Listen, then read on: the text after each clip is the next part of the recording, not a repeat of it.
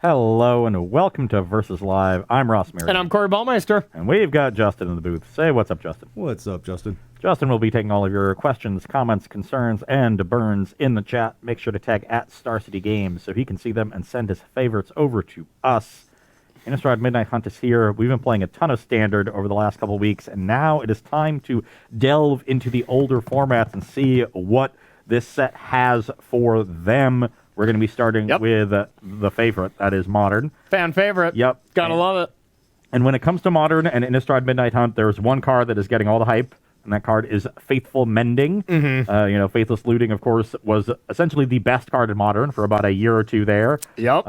And before it met the axe, Faithful Mending, a pretty reasonable facsimile.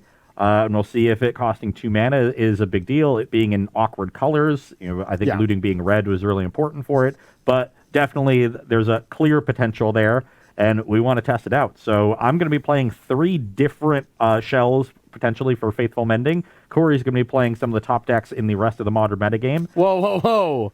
Let's not say top decks. I'm trying out one of the up-and-comers here. The other 2 decks are very good decks. I'm slightly skeptical of my first deck, but... Well, you know who isn't skeptical of your first deck? It's Arilax, because he wrote his article this week all about it. Okay. So if you are interested in Mono Red Eldrazi, which is Corey's first archetype, we'd encourage you to check that out after the show, of course. Well, you better check it out now, just in case it's really bad. You might not want to read it later. That's the whole thing. You better read it real quick while you're watching Versus, do a little double queuing. Here's the thing, though.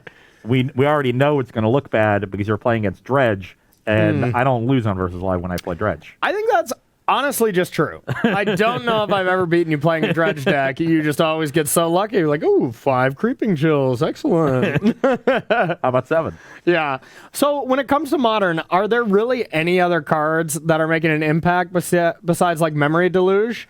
Like that and Faithful Mending? So you see Consider a little bit. Yep. I'm actually playing Otherworldly Journey, not Otherworldly Journey, but there's a Otherworldly Journey is like the white blink card, right? Yeah. Otherworldly Gaze. There we go.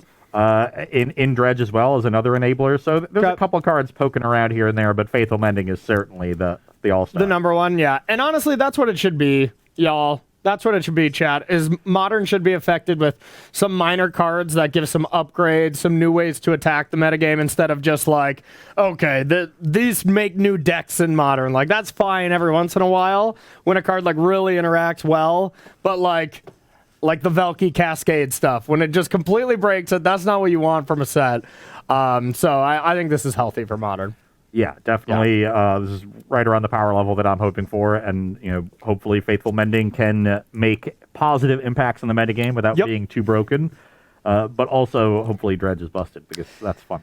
Yeah, Dredge is, it is pretty sweet, I must say. Always very vulnerable to hate, and I do, and each one of these decks, we do have hate presented, so it's not going to be like, I'm just letting you do your things. I'm gonna put up a fight. We got some relics in the sideboard, but this deck did come from one of the challenges this last weekend. It took second, which... pretty great for a challenge, these tournaments are not easy. I haven't seen a lot of other results for this, but Mono Red Eldrazi kind of pops up here and there. But since Simian Spirit Guide got banned, it has not been common, really. You know? And Ragavan has allowed you to have a different threat there monkeys now. That also accelerates you. The big thing with this deck was always accelerating once because your cards cost 3, 4, and 5 instead of 2, 3, and 4. Yep. So you need that one burst of acceleration. They got it with Eldrazi Temple, but you need a little bit of help. Bant Eldrazi back in the day had mana creatures. We've seen Gruul Eldrazi now gets to play Noble Hierarch. Mono Red was sort of forced into playing Simian Spirit Guide. It was the only option available. Now Ragavan there as just an incredibly powerful card in its own right that also fills that very necessary role for the deck. And along with Fury and Bonecrusher Giant, other recent additions to give the deck a little bit more interaction. On paper, it looks pretty good to me. Yeah, absolutely. And I just get Simian Spirit Guide every single turn, with occasionally I get to cast a Stinkweed Imp of yours or two. So not too excited about the hits I'm going to get, but the Lotus Petal effect should be good. So. Yeah, that's always the biggest part of Ragavan anyway. If you get a card off of them, that's just a bonus and you're thrilled. Yeah, if you play like a mirror, if you're playing like a Death Shadow mirror, then Reg Event's going to be insane because you're getting a lot of the same cards in your deck. But for the most part, you're not going to be hitting too many completely unbeatable cards. In fact, when you're thrilled after you flip over the top card of their deck, I would call that a thrilling discovery. Oh, I'm guessing you'll be mulliganing. A no-lander, indeed, I will. All right, we needed that. We needed that. Game 1 especially, I think, is going to be pretty rough because I have, some of the cards in my hand are in my deck, believe it or not, and they don't do a lot against Dredge a lot. But that being said, this is definitely a keeper.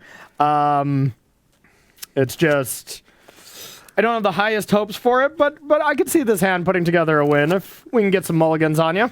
I think from your side, the biggest thing is going to be establishing big creatures. You want to have control of the battlefield, make it difficult for me to really have profitable attacks, even if my creatures are coming back. So it's the Thought Knot Seers and Reality Smashers that are the most important parts of the deck. Yeah, which and always has Mono Red been. Eldrazi, is not always has been. If that's not the most important cards on the deck, play Mono Red something else. That's play some better lands and go for that. But all right, you got a question for us at all, Justin, to start off this show? Yeah, I saw one pop up here from Crispy724. Asked, have any decks been able to use Eaten Alive yet?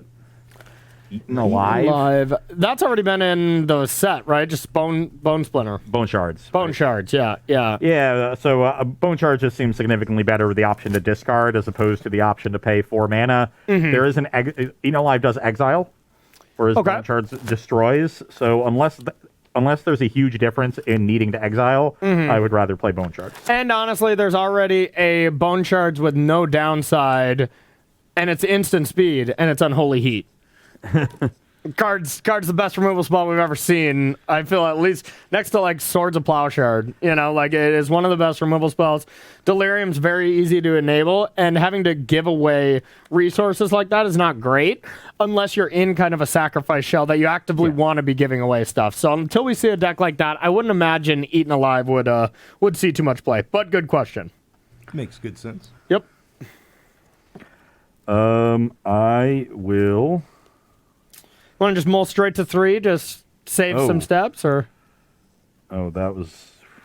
Good thing I noticed this. Did you almost keep when you couldn't cast your spells? Correct. I thought my lands were Sacred Foundry and Arid Mesa, and they are in fact Sacred Foundry and Sacred Foundry. Oh, okay. And that's not nearly as good when I'm trying to cast blue and green spells. I'm glad you caught yourself, though, because we don't make mistakes here, so... impressive work to maintain that. Sometimes we come close. I like to live on the edge, but I never actually make a mistake. No. Absolutely not. Absolutely not. We're just waiting for Croakies to make a mistake so that we can leapfrog him and be number 1 and 2 in the world. God, well, we can only hope. Yeah. We can only hope. So far, he's flawless as well. So, yeah. All these decks are Croakies decks as well, in case you were wondering. Even if they're from the same tournament. Yeah, absolutely. Absolutely. All right, you're down to 5. Yeah. Hope for a better one. Dredge is one of those decks just like Tron. You can mulligan pretty low and still destroy me. I would say it is the second best mulliganing deck in the format to Tron. To Tron? Yeah. Okay. I would even argue first. You don't need much. Yeah, sometimes it gets awkward with Loam and Conflag, and it's going to be a little bit more awkward now with the stretched mana base. Yep. Okay, that's fair. So far, the stretched mana base has hit you pretty hard. Yeah, the second Sacred Foundry is probably the land I'm least confident in the deck. Well, it didn't seem good there. I'll tell you that. How's that one? A little better? This one's definitely a keep. This one is a keeper for sure. Lucky. And honestly, I kind of want to just put both Dredgers back. Neither of my enablers is one that puts a card into the graveyard. That said, you're going to do Stinkweed dirty like that? I know he's stinky, but...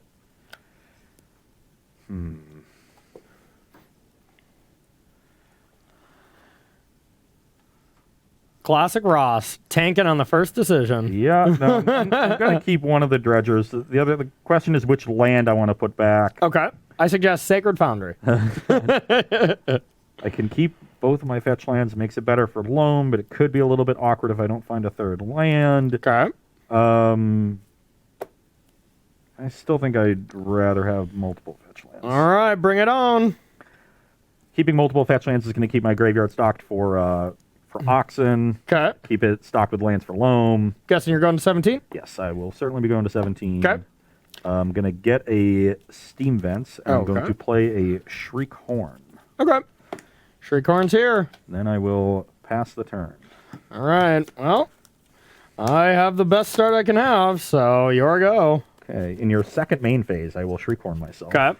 Let's see how many prized amalgams you're going to hit now. Yeah. You do this in your second main phase in case you hit the exact pair of Narcomoeba prized amalgam. And it is only 2 with Shriekhorn, right? Oh, yeah. Yeah. Oh, yeah. I've done it before. I can imagine you do. You're the luckiest player I've ever played against in my entire life, so. That's definitely not true. Oh, wow. Close. You just play against me enough that you get to see the full spectrum. Yeah, that's true. You're also the unluckiest Yeah. player ever, so. Wow, come on. Okay, so we hit getting an lucky. amalgam. Now, I believe your graveyard's supposed to go over there. I don't Yeah. understand why it's down there. now I have an interesting spot. I guess I will mill myself for 2 on my upkeep. Okay. Oh, there's 2 Narcomoebas. Oh my god, are you kidding me? Wow. Then still on my upkeep, I will cast Otherworldly Gaze. 'cause it's an Okay, instant. okay. Trying to hit dredgers. Well, I'm definitely going to put these 2 in my Oh my graveyard. god. And I don't think I want another land at this point, so I'm just going to mill all 3. Okay. Trigger Narcomoeba and Creeping Chill. All right. So I'm back to 20. You're at 17. Yep, this is good times for my reg event. Thank And you so I will much. Draw for turn. Yep. And play Arid Mesa and end step get an amalgam. Okay, fun. Get that card out of my face. All right. Well, I have an unbeatable turn. I have an Eldrazi Temple. Best card in the deck. Yep. I'll kill these 3. Exile this. And 1 to... All First right. amalgam. Yeah. Yep, 1 to this. If I had another red card, I could also deal with that. Then I will attack for 2. Okay, I'm gonna go to 18. Yep. With that trigger on the stack, I'll crack Arid Mesa. Okay. Gonna get Stomping Ground. Come on. I have Big 2 Stomping hit. Ground, so I shouldn't have done this in response. Okay, Forgot okay. I do it. That's In case one of I hit one of your duels. Yeah. Oh, that makes But sense. if I was trying to get one I only have 1 copy of, then Yeah. I definitely want to do that just in case. Yeah. But I have 2, and I'd rather you just hit a land. Right? Give me like some creeping chills. Give me some conflagrates. Give me your hits. That's what I want to hit. All right. You get a Bloodstained Mire. So I'm at 17. You're also at 17. Take that. Your go. Okay. Can you beat Matter Reshaper? Upkeep, I will mill myself with Shriekhorn again. Okay, that's pretty good. Okay. I I'm will still hating my experience. also flashback Otherworldly Gaze. This is all in your upkeep? Yep. Okay. Hey, you even play Dredgers anymore, or are you just a weird graveyard synergy deck now? I'll put Faithful Mending, Life of the Loam, and Ox of Agonis in my graveyard. It's going to be a great first match, y'all. Dredge It's going to Loam be a great first for my match.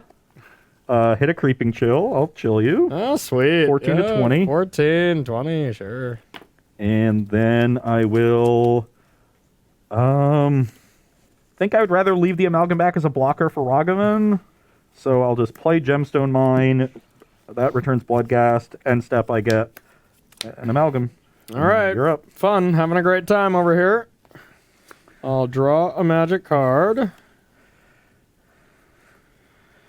All right. I got a Reality Smasher. And here they come. So you have 14 to 20 right now? Yep. Yeah, that's fine. I'll go to 12. Okay. Pass to you. Draw step, I'll dredge a Thug. Okay. There's an Archamoeba. I thought I killed all those. Killed 3 of them. Okay. Close enough. So you're dead. I'm just dead? Yeah, so I have a loam in my hand. I can loam back 3 lands. Okay. I can then oh, you're at 14. I'm Yeah. the one at 12.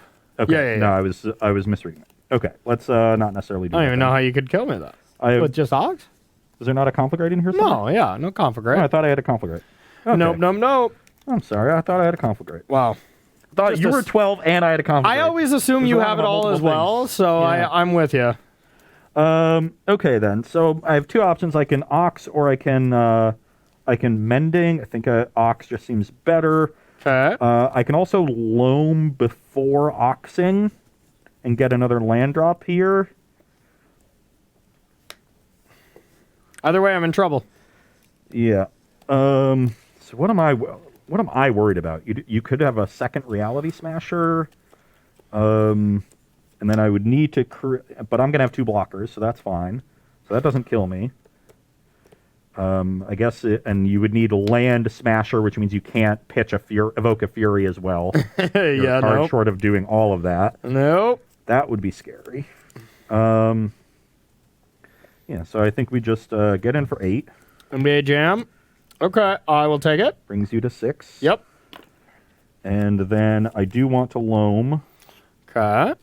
That's in my hand. So I'll get back Mountain, Gemstone Mine, and a fetch land. Okay. Don't want to lose any more life. I'll just play the Mountain. Okay. And then... Ox o'clock. So 1, 2, 3, 4, 5, 6, 7. I guess I can get rid of a Mending. I'm probably not going to cast 2 of those. Yeah. Yep, so that's 8. Okay. So we'll escape that. Has a counter. Discard my hand. Okay. Dredge a Thug. All right. Probably wanted to do this all before you attacked, but I guess No, it doesn't really matter.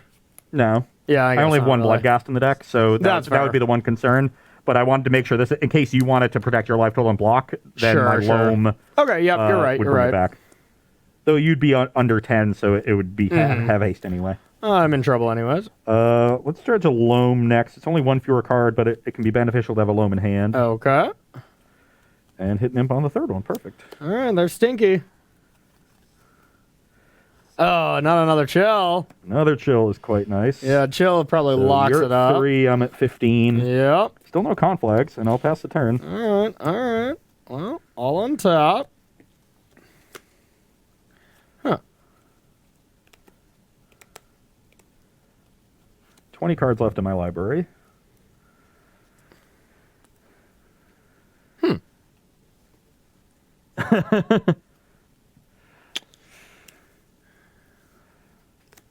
Dang it. Wow. Are you actually close to killing me? If you didn't chill me, you were dead. How? Well, I top decked a magic card that was pretty good. But yeah, chill prevented me from dying, and now I just have to hold back.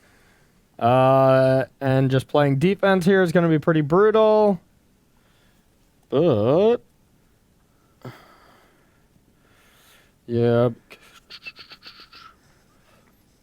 Yeah, or if you didn't hit Narcomoeba, you had to hit both to live, which is really impressive.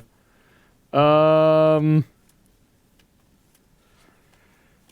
try to hit. If I don't hit the Narcomoeba, then I'm definitely leaving another blocker back. Yeah, I will play Reality Smasher, Okay. and I'll pass to you. How did you... What other card in your hand has me dead? Yeah, who knows? Who knows? I thought it was Reality Smasher. I miscounted. Yeah. This is only 13, and I have one blocker anyway. I guess I miscounted.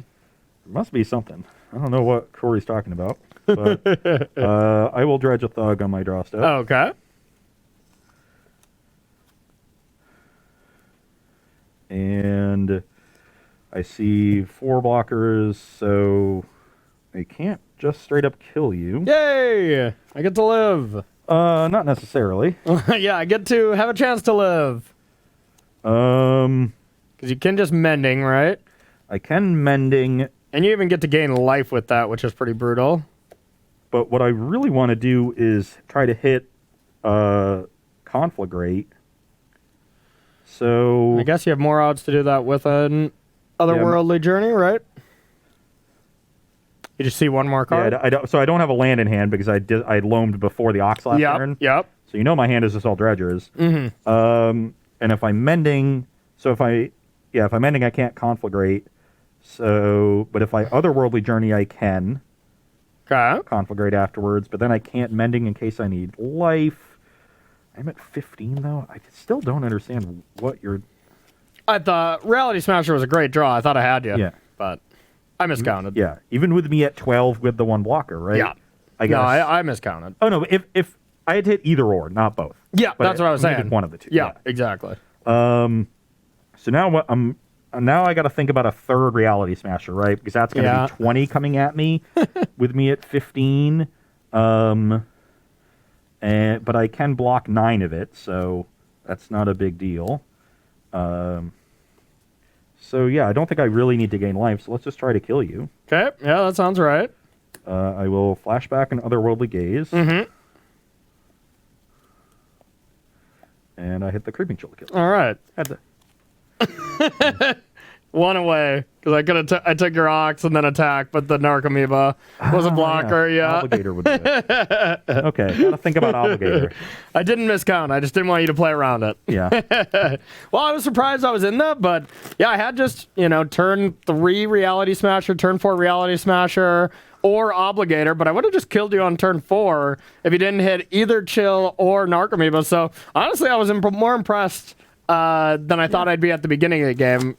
I didn't think I was going to be even close for game 1. Still a pretty trivial win, I would say, from you if you looked at life totals, but it was very close. Yeah. I had, because I had 13 there at the end, so I put you down to 2. But so if you didn't have Chill or the Narcomoeba. That's also a pretty excellent draw on your part, right? Turn 1 Ragavan, turn 2 Reshaper, turn 3 Smasher, and Fury turn on 4. 2, with the Fury too. Yeah. So a pretty premium draw on your side still came up a little bit short. Yeah. And if you do the math, I was at 20 cards at the end of that. I think I hit a pretty reasonable selection of stuff. Yeah, because you have 2 Conflagrates, right? Yeah. So I didn't hit any of those, but I did hit a lot of Narcomoebas and a couple of Amalgams early, which is good. About the same number of Chills you would expect. Yeah. Had the 1 Blood Gas. So I had a good draw, but not an absurd one. Okay. Yeah, I totally agree. But that is going to do it for our first game, y'all. That is definitely the toughest one for, I feel, every single one of the decks you're going to be playing today. Now we get to bring in some relics here. So we're going to take a short break, and we'll be right back with sideboarding. All right, everybody, welcome back to sideboarding here between Mono Red Eldrazi and 5-color Dredge. On my end, it's really just a product of getting a lot of cards out that are very good against specific things in the metagame. That this deck seems like it's really targeted towards other Ragavan decks, being able to make sure you answer that, as well as just hope Chalice is good. Chalice isn't that good here because I really want to Chalice you on 2. Not ideal. You even have grudges that you're bringing in, so I'm just going to take these out. The 1 Abrade is not good. Dismember is very bad. And then 2 Bone Crushers, pretty bad as well. I'd like to take out 2 more if I had something. And then we're bringing in 4 relics that are slam dunks. Warping Whale is actually pretty solid against you. It can do some ramping for me. I can counter one of your key 2-mana spells. It's a lot better on the play for me. But I am going to be on the play, so that's decent. And then you have a lot of mana problems. This is not the catch-all, be-all, because you do just have Ox, which is your better enabler anyways. So it's going to be scary. I think but if I have a combination of like this to start controlling you, that might be enough. Yeah. And it's just better than the rest of the cards here. So that's what I'm doing. Yeah, but Blood Moon has always been one of a somewhat underrated card against Dredge, in my opinion, because it shuts down the Loam engine. Yeah. That said, in recent years, Dredge has moved a little bit away from that. Yeah. And with, as you said, the addition of Ox. So it's worse than it used to be. But it is still an effective card, and it's better than the cards you're bringing out. Yeah, before it was like it would shut down a lot of the things pre-Ox, but pre-Ox meant still Faithless Looting. So it was still, you could Faithless Looting me, you could Shriekhorn me, and you could Conflagrate me, and now it's basically the same. It's just, instead of Faithless Looting, you have Ox of Agonis, which is just unbelievable. Yep. And then on my side, we've got a couple Lightning Axes, which are good against the big Eldrazi, a couple Ancient Grudges, which is your best answer to relics and similar single-shot artifact effects.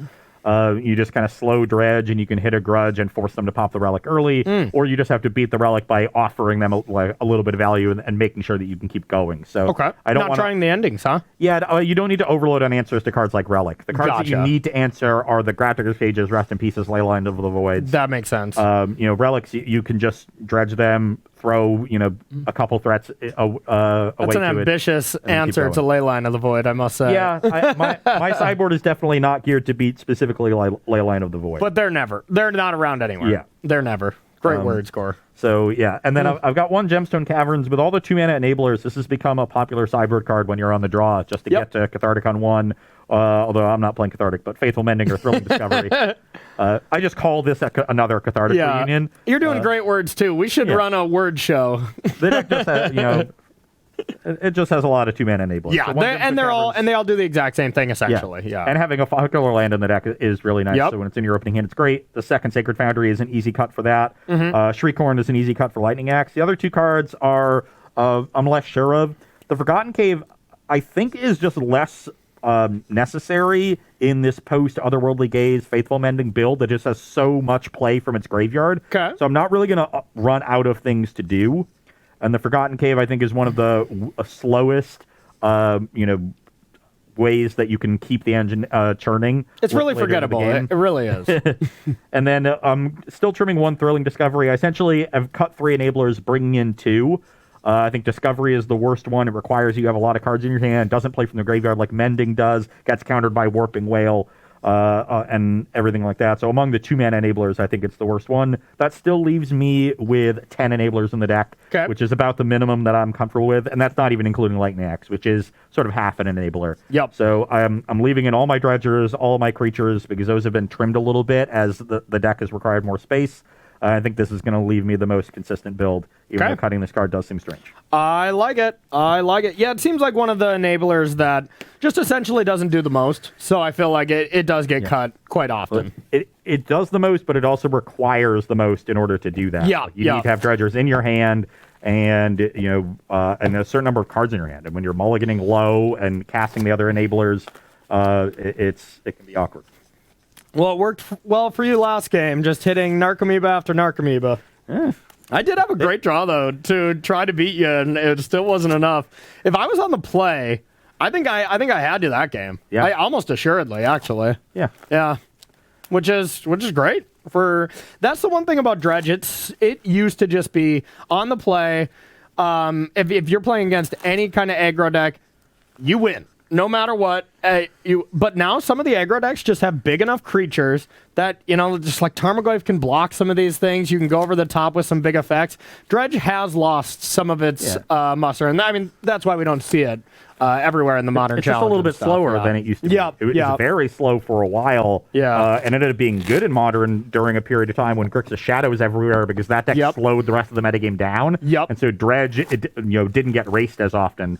So Dredge ended up being good then. Then the metagame started picking up with things like humans. Dredge needed something to catch back up, and that thing was Creeping Chill. Yeah, and even Tron, it used to be like a really good matchup, but then like with 4 relics and the fact that Tron can just play bigger things, play a Worm Coil and you're dead kind of thing, like even Tron was beating Dredge, and when that was happening, I'm like, okay, I'm not interested in Dredge anymore, and you still lost plenty of those games where your opponent had Rest in Peace and you never find it. It's like, you don't win with Stinkweed Imp very often. I know you're going to beg to differ, but... Oh, I agree. You don't do it very often. That's why the times that you do it are so memorable. Yeah, exactly. Absolutely. Okay, I'm going to be starting, and I'm going to have a relic on turn 1, okay? Okay. All right. Dang it. Well, I lied. But I am going to keep. I will keep as well. It's just a Ragavan. Pass to you. It's just the best red drop of all time. I'll play an Arid Mesa and pass. Okay. Trigger on the stack, I'll crack. Okay.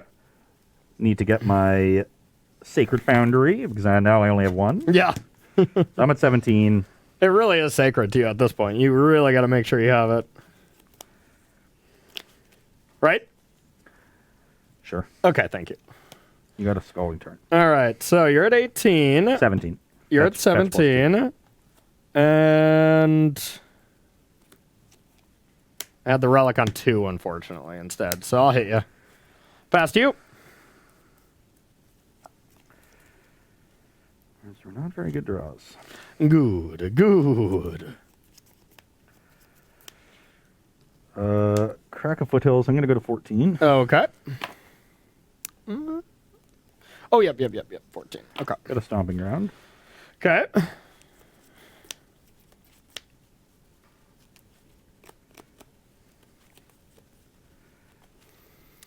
And what's your follow-up? Got a good one? I have a thrilling discovery. Thrilling. I'll counter it. Is that a good start against Dredge? You're up. All right. I will attack. 12. All right, getting all those lands out of the way. I got my treasure back. I'll mill you. And I got the all-powerful Bone Crusher Giant. Pass to you.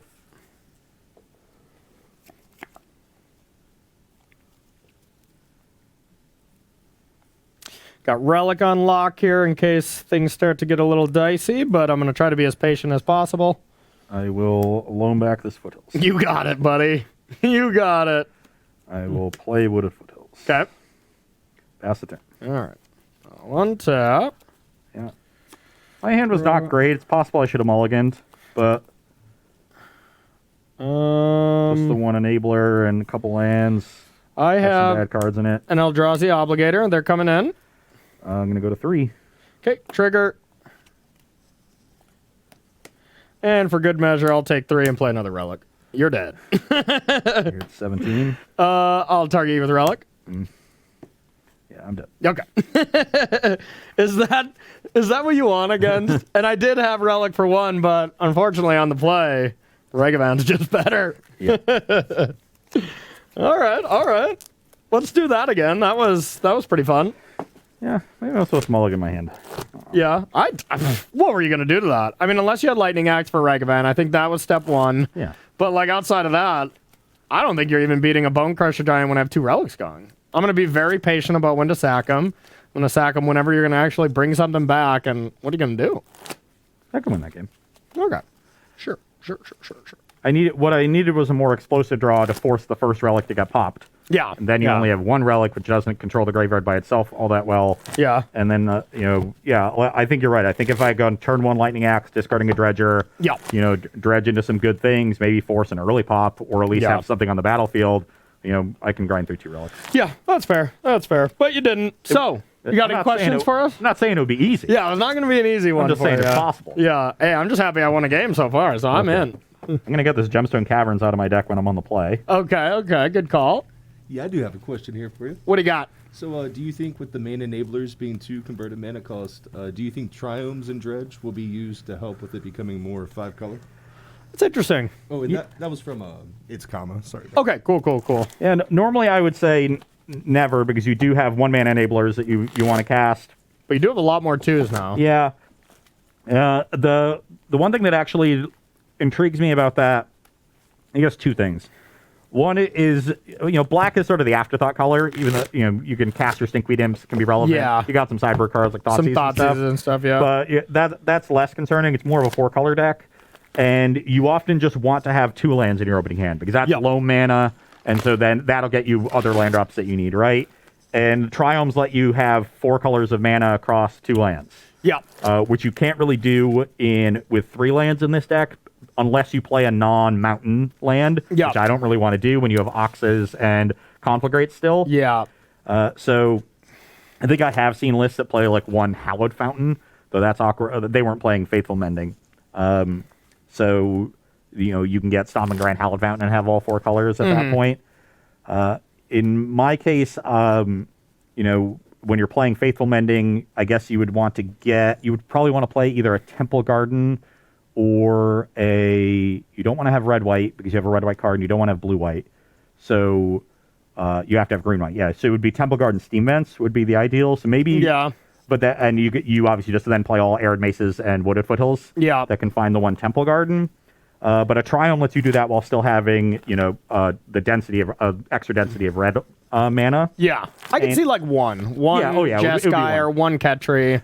Probably be a Ketria. Yeah. Maybe over the second Stomping Ground, but or over the second Sacred Foundry. And it's good with your like Ancient Grudges too. Being able to cast front or back off that land would be helpful. I'll just err towards the green one because Loam, and then Loam finds you your other colors. Yeah. So, Loam finds you the world. Have you ever thought about Regavan in the deck? I know it seems kind of crazy, but it still ramps you, and it's just such an incredible card anyways, and you have so much red available for your 1. It doesn't seem absolutely crazy, Yeah, you don't really force it through though. So when your opponents it would have to be a metagame that's not prepared for Ragavan, and that doesn't exist. That doesn't exist, nor will it for a while. But it does seem pretty sweet. Like turn 1 Ragavan, turn 2 attack, Thrilling Discovery, dredge, and then play a land and get your Blood Gas back. That's unheard of without Faithless looting. Yeah. And I guess Shrink Hard, but yeah, still sounds silly. Okay, great question though, y'all. That was a good thinker. I think it has some potential. Yeah. Whereas 6 months ago I would have told you you're crazy. You're crazy. Yeah, gonna mulligan that hand. Yeah, I'm gonna mulligan this one. That is not ideal. I don't think turn 3 Matter Reshaper with a little Fury backup is. Oh, never mind. I had 2. I should have kept. How foolish of me. Yeah, I think I'm looking for Ragavan and Relics. I think that's how I really want to start. But of course, I don't want to go mulligan to Oblivion. But I do have to come with a game plan. Especially with Relic as your hate card, that's never a card that's going to completely shut down the dredge deck. Yeah. So you can't mulligan too aggressively for them. You've got to pair the one-shot effects with pressure. The one-shot effects only buy you time. Yeah, ideally it's like I still want Ragavan for turn 1. Even if you deal with it, get something in the way of it. Relic on 2 when I can have the ability to pop it as well, I think is what I need. Just Relic on 1, it's like I'm going to exile an Arid Mesa. And then you can blow it up. So it's more vulnerable. So I usually don't want to do that. That said, if you're on the draw and you don't Relic on 1, I guess you're never going to sacrifice it either. Yeah. So it's possible that I can have an explosive draw on turn 2, make 6 to 10 power. Yeah, and then I'm dead.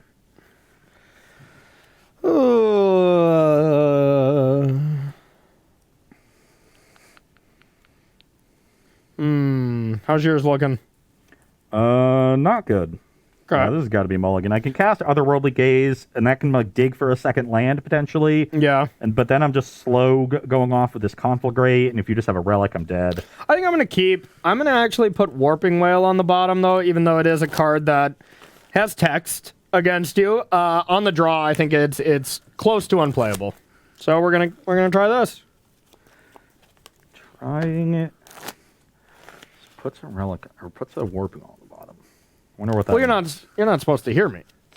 But I did. Yeah, this is for the audience. I'm trying to help out their viewing experience and get into the mind of No Mulligan Corey over here. And you're ruining that aspect for the audience.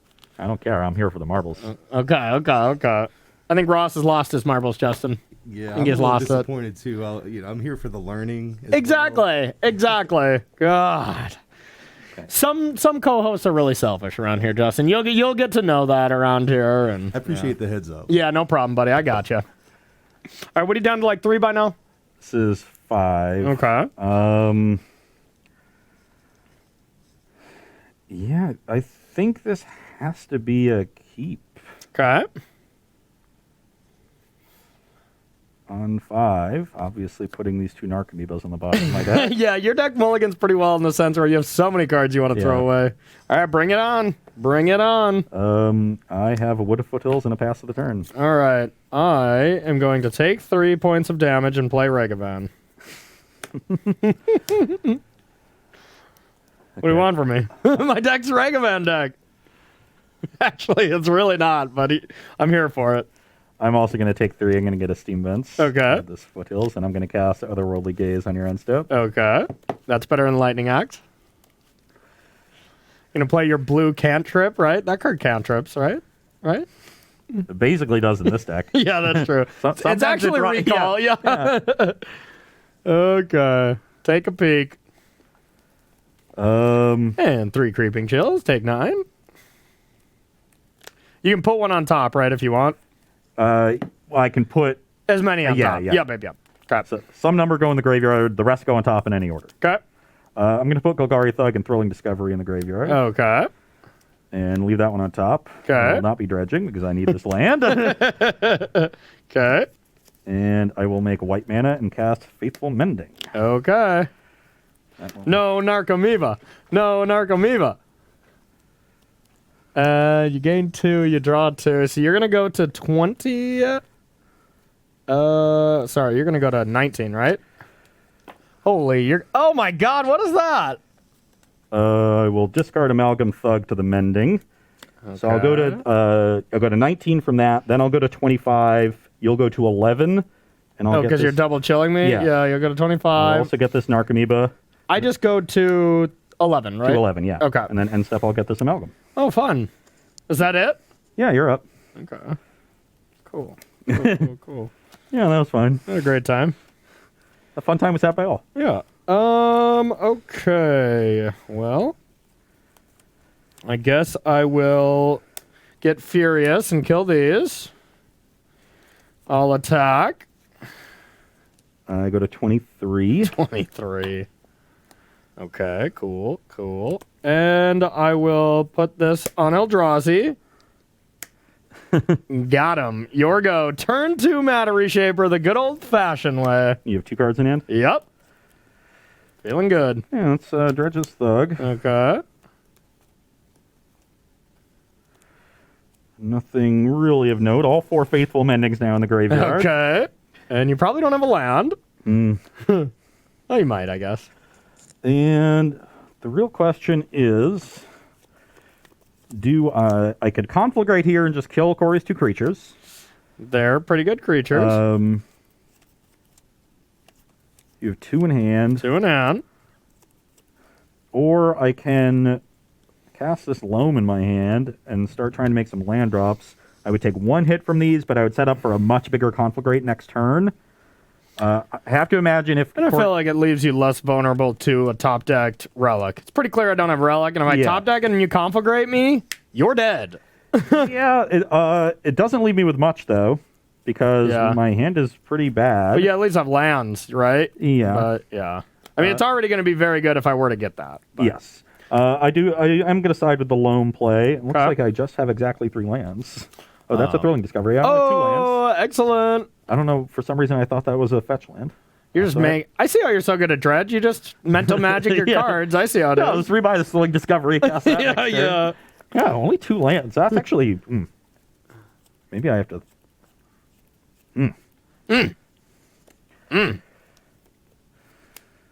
No, that's fine. All right. I'll play the Wood of Foothills, Okay. and I will pass the turn. All right, come on, Relic. Ooh, just as good. Just as good. All right, I'm going to attack for 5. Puts me to 18. Okay, gotcha. You get a stomping ground, but I've got 1 more, so that's fine. And I'm going to... Not great. I'm going to take 3. Brings you to 8. Yep, and... your go. I want to save the treasure, I think. End step, I will go to 17, crack this Wooded Foothills. Matter will be reshaped. Yeah, this is a game where I just draw the, disruptive red parts of my deck, and I'm very vulnerable without a Relic, but mulliganing and having Ragavan plus Fury Ragavan, I figured that was good enough to at least hopefully set myself up, but I'm still in a lot of trouble to what you got going on over there. Yeah, now I'm not even sure I'm going to conflagrate this turn. I could just cast some Faithful Mendings and try to make a battlefield. Try to bury me up. Yeah. Not a bad idea. So you're at 17, right? Yes, I'm at 17, so I will Dredge a Loam. Okay. There's another chill. You're at 5, I'm at 20. Yeah, it's getting cold in here. I've Am I just dead? got to play this land. Yeah. Yep. So I use the Gemstone Mine first to Yeah. make 2 green, loan back the 3 lands in my graveyard. Play one of them, and you got exactly 5? Play one of them, I've got 5 left. Yeah, I mean, I'd put the risk of doing that, but I had Eldrazi Obligator, so if I top deck a land and you do something crazy and don't hit chill, maybe I have a chance, but... I Yeah, already- honestly, already even if hit you 2 don't kill me chills. there, yeah. Yeah, I mean, I could potentially just Mending, Dredge 3. I guess I would have missed and had to draw. Yeah. So yeah, maybe Mending would have been bad. Well, you I can got also there just conflag anyways. for 5 on your 3 creatures. Yeah. And then you have an Obligator in hand and the next 2 cards. Well, these games have been pretty fast. We got some time. So far, it's been whoever's been on the play has dominated. So we'll see if this trend continues, and then you get to beat me in We a keep close game stretching the 5. early matches and then running out of time in the late matches. We should just move on. especially to things that are more interactive. Like we've got control decks being played. Yeah, that's fine. And I kind of want to get away from this deck anyways because, you know what? I think it's okay, and it was probably a flash in the pan, but I think I even saw like a lot of, I saw like Aspiring Spikes comment, played against someone with this, and he's just like, the person's like, I don't know how people win with this deck. And it was like right after I submitted this deck for Versus, I was like, oh, this can't be a good sign.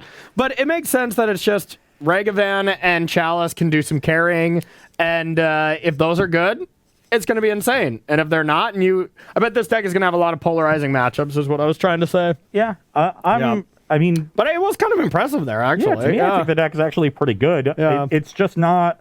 I think when people think of Eldrazi, they think of Bant Eldrazi, and that deck actually had quite a good late game in creature matchups with Displacer and the 6-drop.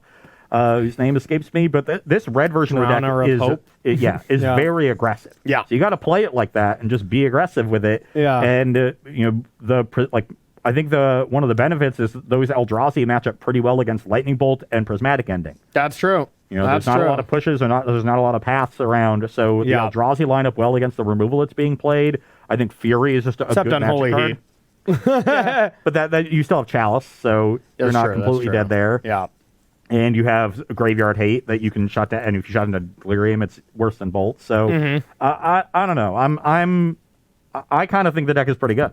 Yeah, to me, I haven't seen a lot of it or played a lot with it, so I don't have a ton of. I'd have to run through with a league to test it out against some random stuff, but yeah, it could be solid. I imagine that a lot of people look at that deck and they play thinking like, oh, I just have like powerful cards, and they think they're going to win a longer game, and that's not what that deck is doing. Yeah, you got to beat down. Yeah, you got to beat down. You can't just. You got to have the aggressive start of turn 2 Mana Reshaper. You got to have that kind of draw, otherwise, what are you doing? I want to have turn 1 Ragavan, turn 2 Temple, Thought-Knot Seer. Let's go. Yeah, of course. I mostly want to just not have Matter Reshaper in the deck. I feel like it's been in these decks and it's been a meme for so long. Like, it doesn't feel good. Like, just get that card out of there. Play Blood Moon instead in the main. Like, I'd rather even have that. A couple of those, like, I don't know. I just feel like Matter Reshaper's time is over. So the other Eldrazi decks used to play, you ended up cutting down on Reshapers, and they were playing like Eldrazi Sky Spawner if they were blue, or the green one if they were green, the 3-mana one, just to get a little bit more acceleration. But you don't have that option in red, so I think Reshaper is just the best option. Yeah, it looks like it. And I was like, play more Obligators, because that card just felt really good. But yeah, it already plays the full set of those, so I guess you just kind of have to. It's like the 56th through 60th cards that you play. It's the worst card in the deck. Yeah. There are decks with worse cards. No. It's the worst card in the format. Let's get real. Sorry, Matter Reshaper fans out there. He's not actually sorry. I'm sure there's a lot of them. You're right. You're right. I reshaped that comment a little bit, but yeah. All right, well, that's going to do it for our first one. Next up, we are testing out Faithless Mending decks the entire show. I'm going to be playing Blue-White Control. What are you going to be playing against? I'm going to be playing an Esper Reanimator deck that Spider Space took to the top 8 of a challenge last weekend. Yep. So finally, I get to see some Unmarked Grave and Persist in a shell that I think looks pretty good. Okay, looks pretty sweet. We are going to take ourselves a 5-minute break. I'll be right back with round number 2 here on Versus Live. Don't go anywhere.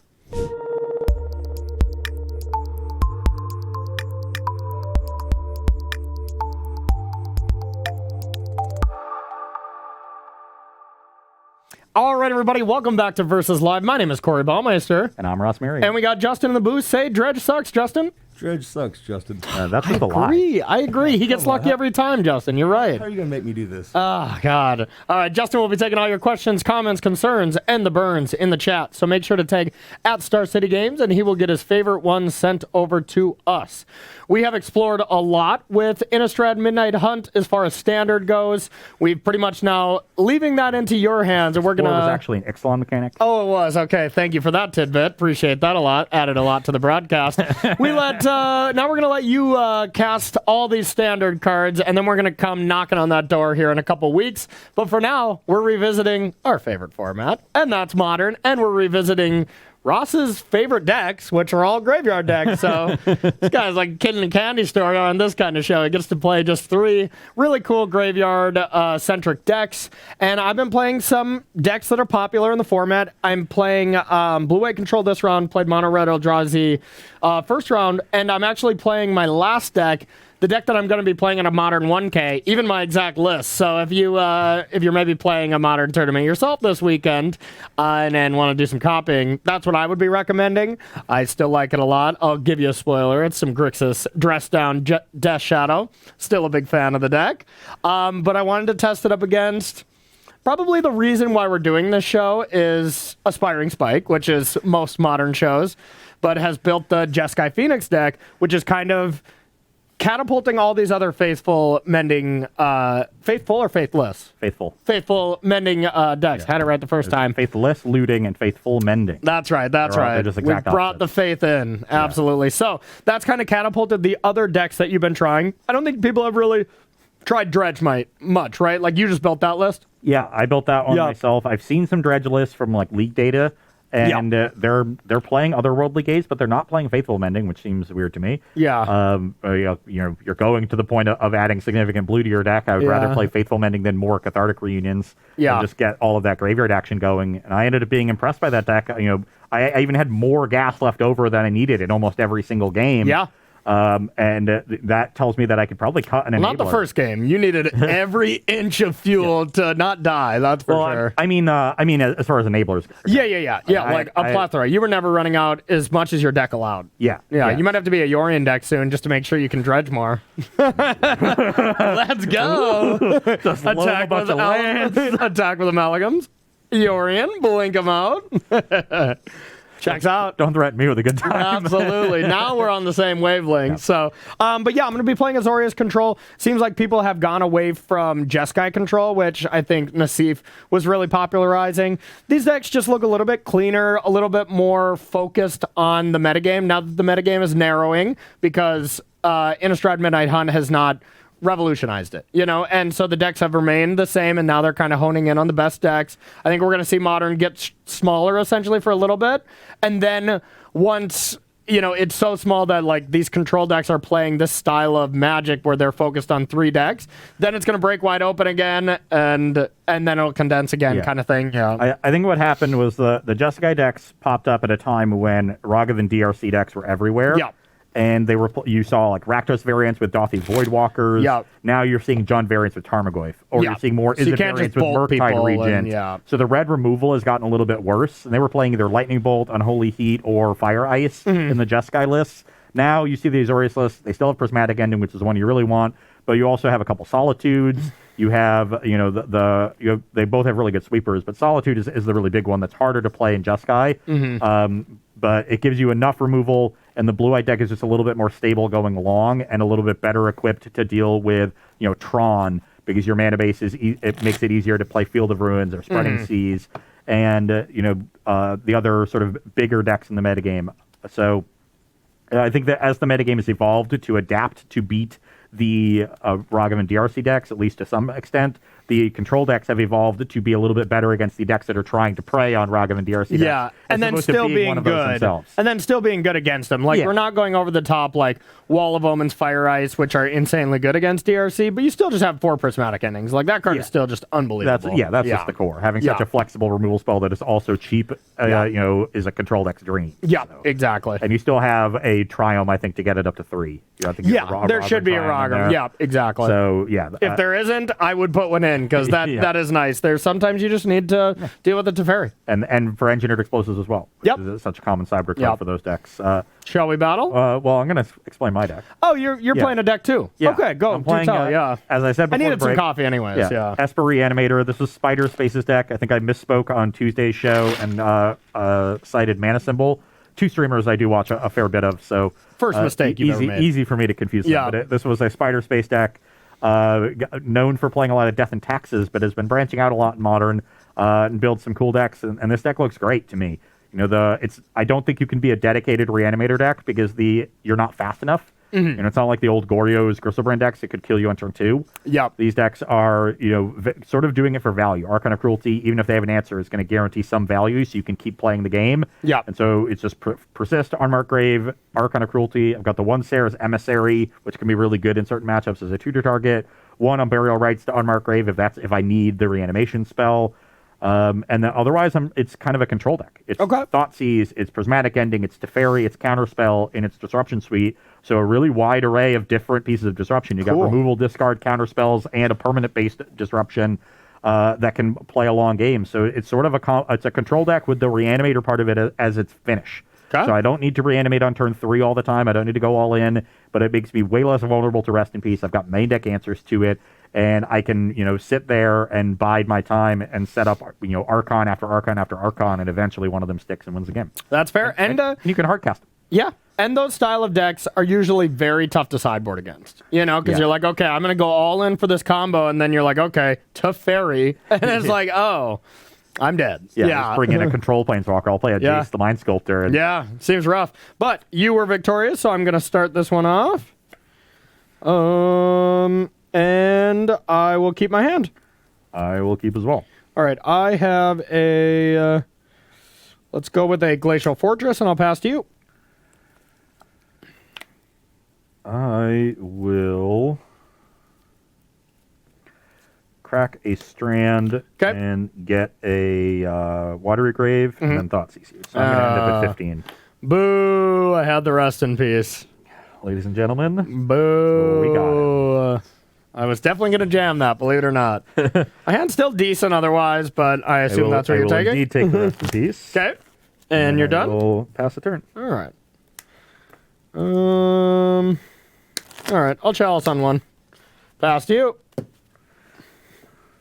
If you drew the second Rest in Peace, I was going to be so mad. The show might have been over. Yeah. Chalice on one, not that great against you, but I don't have many one drops at all, and you have a decent amount, so at least I can shut down some cards. And waiting to Chalice on 2 with your double counterspell hand doesn't seem like Probably a great not line. ideal. And, I want to queue up counterspell when you can cast, like, Teferi, Time Raveler. I'm not sure if that's in your deck, but I got to be prepared for it. It's going to be a grind of a matchup, I imagine. Maybe not as much as our standard brawl the other day, Yeah. where we got to play one game in a whole match. I'm going to go to 13 and cast an Unmarked Grave. Okay. Let's get an Archon in my graveyard. All right. I'll pass the turn. Not in love with that.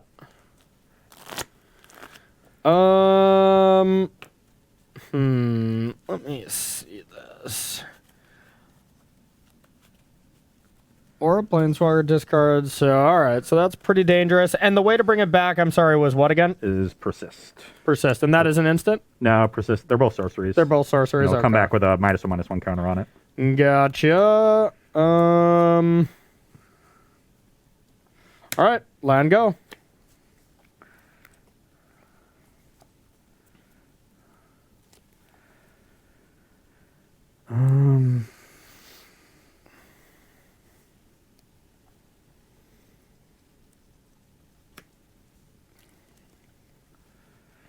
One unknown in hand. One unknown. It's a good one.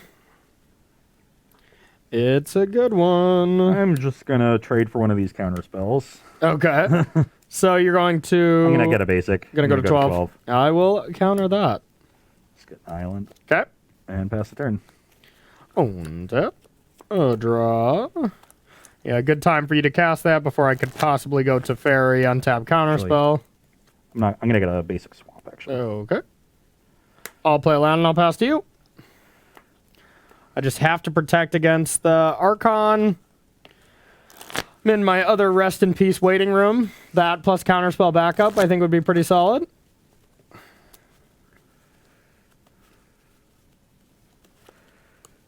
Yeah, this is, normally I'm doing the control thing better than you. You have a decent amount of cards that essentially don't do a lot. But you kind of play as this combo control deck, which is usually pretty good against control itself. So I am a little worried about this. I'm going to cast a Faithful Mending. Yep, that's fine. So that puts me to 14. Okay. That is Rough Beats. Rough beats have been called. Guessing we're going to see some 1-drops go to the graveyard. Yeah, I'll discard Consider an Archon. Okay. And I'll pass the turn without a land, which is what I was digging for with that Mending. That's not what I wanted. Sounds like no land for Corey either. Yeah, I will pass to you. Yeah, being able to Teferi there is what I wanted to do, believe it or not. Okay, that's a land. Okay. I will persist Archon of Cruelty. Not cool. Not cool. I guess I will charm it. I will counterspell your charm. All right, you got it. So this comes back. You sacrifice a creature or planeswalker and discard a card and lose 3 life. Okay. And I gain 3 life and draw a card. So I'm going to go to 15. You're going to go to 17. I had you at 14. I went Was that to right? no, I was at 12. You're at 12, so now you're at 15, and I'm at 17. I fetch shocked twice, fetched twice, and Thoughtseize. Okay, gotcha. Now, what do I want to get rid of? I think it's just Counterspell. I'm gonna do it. Another Archon. Maybe not. Do I want to just get rid of Teferi? It feels brutal. Fairy's kind of your answer to this Archon. Yeah. All right, I'm gonna get rid of this Teferi. Done. Okay, I must have another answer to Archon in hand. I have a Teferi. And what kind of land do I want to leave open? Probably the Mystic Gate. I'll bounce this. Hope to draw land. Yep. Yes, I would need an. Your go. That was pretty good for me. But yeah, I had Baby Teferi and wanted to keep Counterspell for this exact sequence. Maybe I could Teferi bounce and now be able to, you know about this. Yes, I know the counterspell's Mm-hmm. there. Oh, Russ, did you miss Faithful Mending health?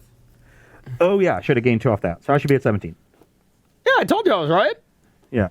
Yep, that's what you were thinking. I was like, I had you at 14, but if there's usually someone who has a life total wrong, it's usually me. So I usually trust you on that one.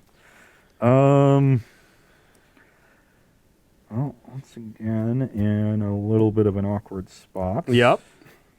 Try to cast some 1-drops. I might miss. I might forget.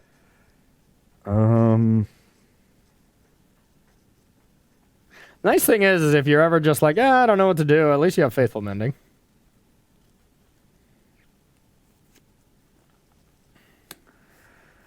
I will Prismatic Ending your Teferi. Prismatic ending my Teferi, eh?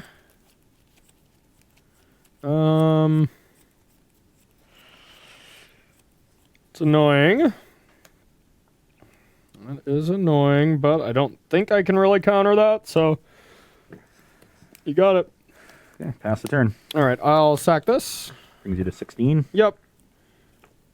And I'm just going to get my Triome. And we'll untap. Yeah, it is a pretty cool deck, I must say. Yeah, I mean, Impressed so far. we're kind of even on resources here. Yeah. Both have 5 lands, 3 cards in hand. You've got this Chalice, but I'll pass to I've you. got some action in the graveyard. Yeah, I'm scared.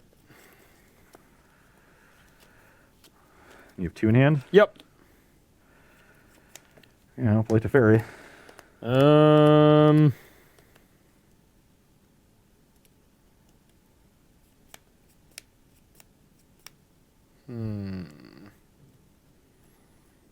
I will counter target spell. I'll persist. Well, that's not good for me. I guess I have to sack this. Brings you to 15. Yep.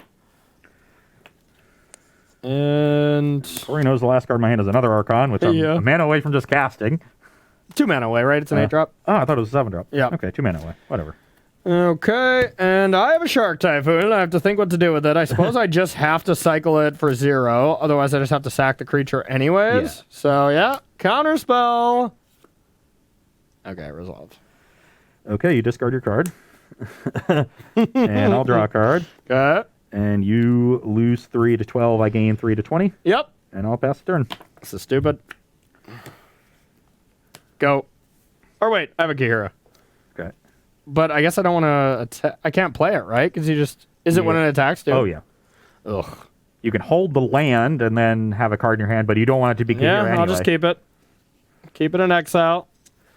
That was a good draw. Attack you for 5. You lose 3, so you go to 4. I'm at 23. Yep. Draw a card. This is disgusting.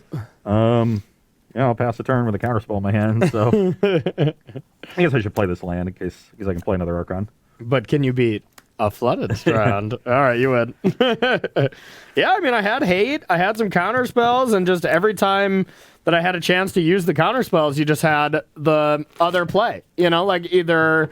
Like, if I had to counter it to Teferi, you had your Persist, or if I had Prismatic Ending, I couldn't counter it to protect my Teferi because if you had Persist, I die, you know? Like, yeah. It's a brutal spot. The awkwardness was you having to get rid of the big Teferi so that you could definitely deal with Archon the next turn. Yeah. Your big Teferi was really your only way to pull ahead. Yeah. So what you did was gave yourself the best chance of getting to parity, which is the correct play, but then you're just relying on the top of your deck to find the right answers. And, you know, I had a good draw on the Teferi to get my Persist down a turn early. Otherwise, I was just going to have to, like, Faithful Mending that turn and dig for something. Yeah, I guess I could have just discarded Counterspell and cut the 2 Teferis on 4 lands and just go to bounce and, you know, hope that I can just play the other one. But then if you were to just persist the turn after, because you had another Archon in your graveyard, then I lose that Teferi, and then I didn't get to counter it, and I feel real silly. So contextual stuff where I tried to play around some things, you had the other things, and it was kind of a beating. So yeah, there's a lot of stuff to play around with this deck. Like you said, it's a tricky deck to play because it can play in multiple different styles. That's true. But I got some cards to bring in as you do against these graveyard-style decks. So we're going to take a short break, and we'll be right back with sideboarding here. Don't go anywhere. All right, everybody, welcome back to sideboarding here on Versus Live between Azorius Control and Esper Reanimator. On my end, I'm taking out Chalice. Another matchup here, I don't think Chalice is really that great. You really want it against these DRC Ragavan decks, you know? Like, I got some of your 1-drops, but not that big of a deal. I have 8 1-drops, like 4 Thoughtseize, 4 Consider, but with Faithful Mending, they're not going to be stuck in my hand. Yeah, and with Prismatic Ending, you can just tap 2 planes and still deal with Chalice on 1. So not really ideal. Taking out Prismatic Ending, same reason. Don't have many targets. Pretty tough for me to deal with Archon with Prismatic Endings. They got to invent a couple colors first, and then, you know. Colors. Yeah, it'll be a little tricky. They almost added a 6th color to the game like 10 or 15 years ago. Yeah, we would have needed... Well, I need 2 more colors after that then, so that's going to be tricky. So auto taking these out, and then I left in 1 Supreme Verdict, even though I don't love it. I have Solitudes, I have Teferis to deal with your cards where they do other things than just deal with persist creatures, or your persisted creatures, I should say. Then taking on 1 Spreading Seas because, well, you have islands, so it doesn't really hurt you very much. Bringing in Flusterstorms, Force, Disputes, and Dovin's Vetoes. I just want to fight you with counter spells. Should be a good recipe to do so.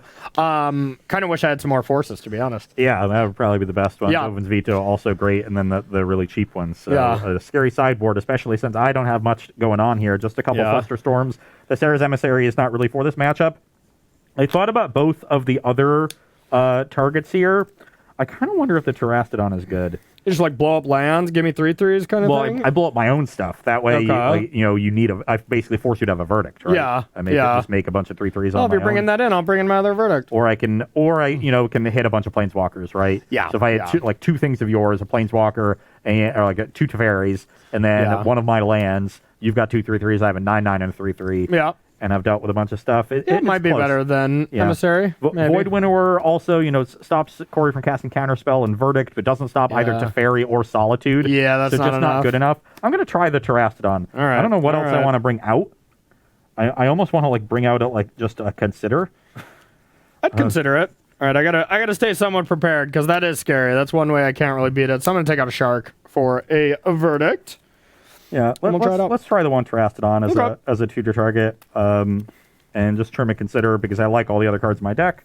Okay. The Emissary, not very good. Prismatic Ending, obviously necessary for Rest in Peace, but basically not necessary for anything else. Yeah. You have 2 Rips. I have 3 Endings. I probably have more ways to dig through my deck with Faithful Mending. And you got all those Thoughtseizes for turn 1 to just rip it, hope it's on the top of my deck, and go from there. Yeah, I don't want to draw too many Prismatic Endings. The first one is very good. The second one can be good. The third one, not so good. You can deal with the Shark, too, after they've already hit you once, but that's not ideal either. You're just 2 for 1ing yourself, so... Yeah. All right, we're going to get this going. I'm getting beat badly so far, so I need to do some comebacks to be able to have a chance for the marbles here. I'm a fan of the salty runbacks. You might be a fan of the salty comebacks. Yes, absolutely. Yeah, we both like good old salty runback, that's for sure. Justin, you got any questions for us from our lovely studio audience? Yeah, They're here in the studio. Yeah, They are. It's getting crowded in They're here. all over there. They're in our hearts. Yeah. Kind of hot. Yeah, Draxinator wanted to know, and this one's with Dredge, but I want to know the answer as well. Okay. With all the incidental life gain in Dredge, is Silver Smoke Ghoul a consideration?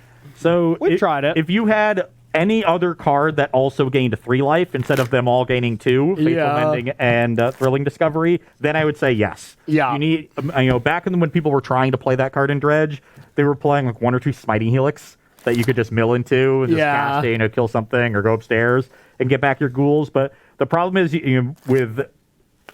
you hit your chills first, then your Silver Smoke ghouls are really bad. The deck is boarded down on threats anyway, so there wouldn't be room for a ton of them. Yeah. I think you're already struggling to put the new cards in there. Yeah. So yeah, it doesn't seem like you can play it, but it is an interesting thought. It's not about the total number of life gain spells. It's literally about how many spells you have that do it all wrapped up. They need to gain the 3 by themselves because there's not any free way for you to gain a life. Mm-hmm. You're not playing like Kabira Crossroads in your deck, and Maybe you should be. Yeah. if you had an untapped dual land in your colors that gained a life, then maybe we'd start talking about something. Yeah. But there's just going to be too many turns where you gain 2 life and then your ghouls don't trigger, and you're really just waiting for chill anyway. Because Yeah. It's not like you're casting 2 mendings on one turn very often, or mending and Thrilling Discovery. That That's basically fair. never happens. So That is fair. yeah, you need something else that actually gains 3, not just a bunch of things that gain 2. That's fair to me. Great answer. All right, I'm going to keep my hand. It does some things. It's decent. If Faithful Mending gained 3 life, then they would probably just play 4 Silver Smoke Ghoul and the deck would be broken. Yeah, probably. Absolutely busted. They probably did that on purpose. Oh. Yeah, probably not. Yeah. Let's hope they did. We know the test team that tested Modern for MH2, so... This might be one of the worst hands I've ever seen this deck draw. Wow. How many Archons? 3. Okay. Also have 2 counter spells Wow. and a swamp. I think your best bet for that hand is to just draw 2 cards and go to discard and hope to just persist it back. I mean, that was my 7, and I'm on the draw. So You're on the draw. Yeah, so I would just draw, pitch, start the game. Turn 3, I've got my persist. Yeah. Hope to draw land. And surgical. Let's go.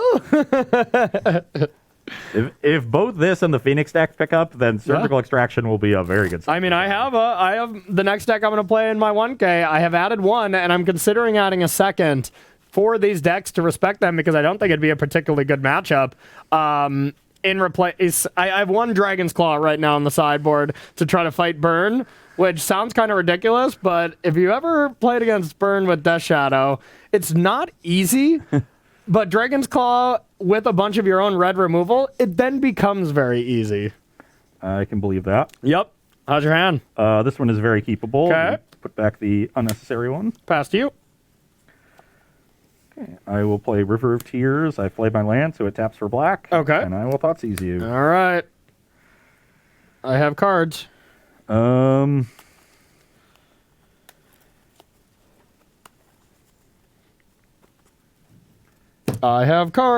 have cards. You're at 18. I'm going to be at 19. Yeah. It's an interesting one. Yeah. It's I'm not as concerned about just the power of Archmage's Charm being able to draw cards here. Can't even cast it, too. Yeah, any of the planes. Yeah, you'll draw land. Yeah. The 2 cards I'm most concerned about here are Teferi and Counterspell. Yep. Makes sense. And I am going to... Oh... It's a tricky one. I will take the Counterspell. Counterspell's gone. I'm at 18. And Pass it rest then. in peace on top one time. Dun, dun, dun, dun. It's not there. I'll pass to you. I will play a Flooded Strand and pass the turn. Okay. All right. I am going to... Since you don't have... Unmarked Grave, I guess, is an instant, right? No, they're both sources. Oh, they're both sorcery. Okay, so since you don't have that, I can kind of try to jam if I want here. And yeah, YOLO. I'll Counterspell. Okay, pass to you. This Flooded Strand will get a Hallowed Fountain, so I'll be at 17. Okay. If I can find it. YOLO. I figure I would not... well, actually... Yeah, I think I probably Or I screwed guess up. I'm at 15 because I thought seized. Probably wasn't a good play on my part. We'll see, depending on what you have for your follow-up, but... Well, what I have, I don't think is that good. Okay, that's good. But it could be good. Okay, well, those are the options. You never know. Those are the only options, so...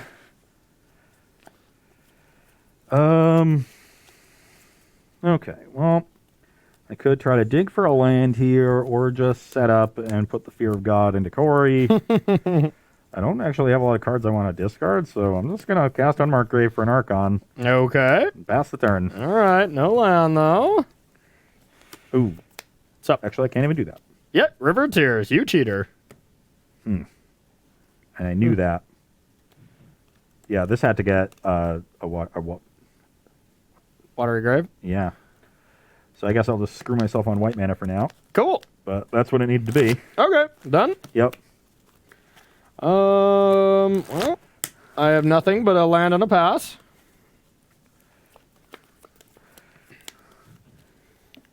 And I do not want Corey to cast Memory Deluge, so I think I'm just going to be jamming into a counterspell. NBA jamming. Well, maybe Ross, jamming. you should be at 15. Yeah, I'm at 15. I misspoke earlier because I thought he's on 1. By misspoke, he means he cheated. Yeah. Okay. Yep. Well, I drew a Plains, which was great, and I'm just going to play a Teferi. A Teferi. A. Well, that's not great. Guess I probably have to counter that one, so I will. With the charm, I assume. Yeah. And you're at 18, just get an island. Doesn't seem necessary to get a duel. But I would have to agree. okay, you're at 18, I'm at 15. Okay. I will pass the turn. And River Tour is a little bit awkward. Yeah, a little bit. A little bit. Not sure how much I like that one. Is River Tears better than like Drowned Catacomb just because it enters untapped on turn 1?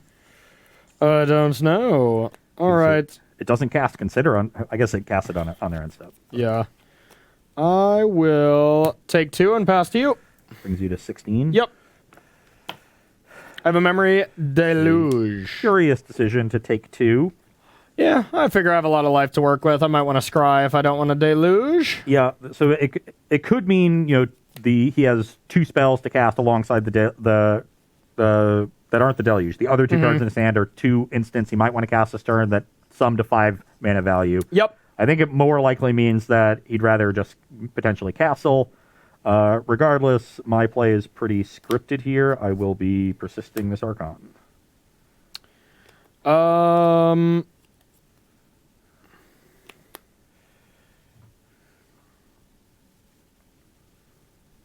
Resolves. Interesting. Trigger. Yep. So you go to 13, I go to 18. Yep. I draw a card. And so I'm probably getting Solituded. That's also what that could have meant. Not really much I can do about that, so I'll play this Watergrave tapped and pass. It's a Solitude. This should have a counter on it, so I'm going to gain 5. Gain 5, yep. Puts me to 23. So we Yep. got 23 to 13. Done. Yeah. Okay.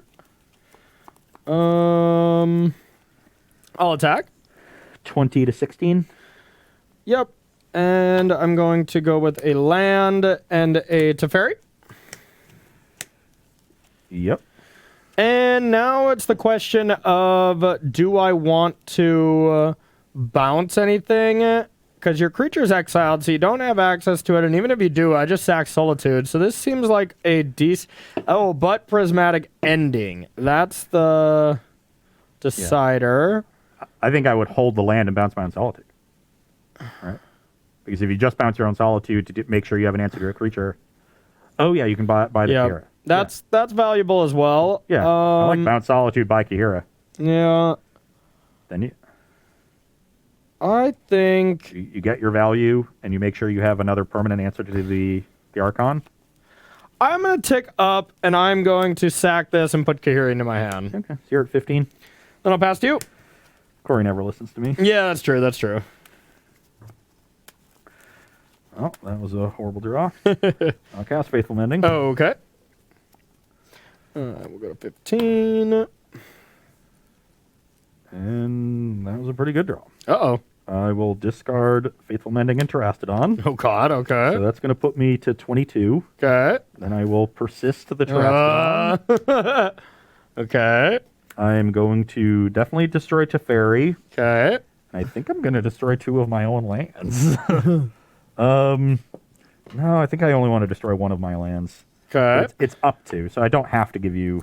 Yeah, so I'm going to destroy Teferi and my River of Tears. Okay. So I get 1. We're using those. I get 1. The Kahira then means that Corey can trade for the Terastodon, but Yeah. that's fine. I got to get rid of the Teferi. Done. Yep.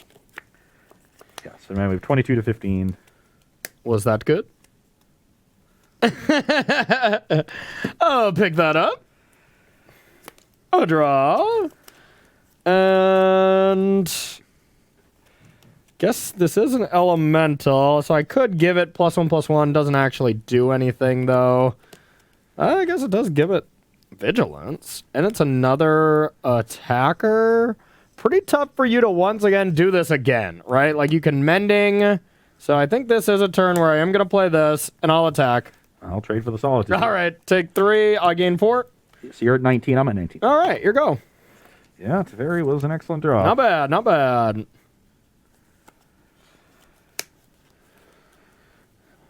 Yep, maybe I should have used Teferi just to draw a card last time, get a little bit of value. Definitely would have worked out a little better for me, but what can we do? Besides complain about it and move on. Yeah, I'll flashback a Mending. Okay. Puts me to 21. Okay. 21-19. Definitely discarding Terastodon. Good call.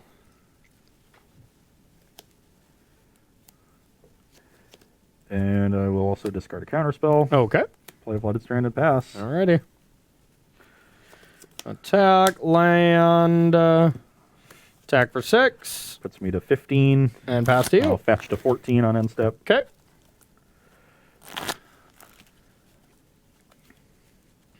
Now you have 1 card in hand. 1 card. It does have the castle going. Yep. All right, what are you going to get?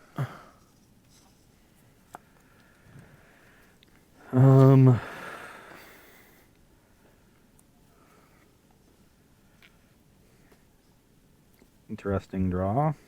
Don't like interesting.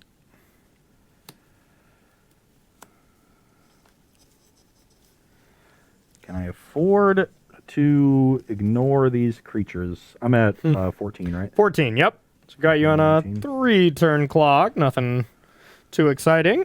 Maybe I can speed it up with a shark or something.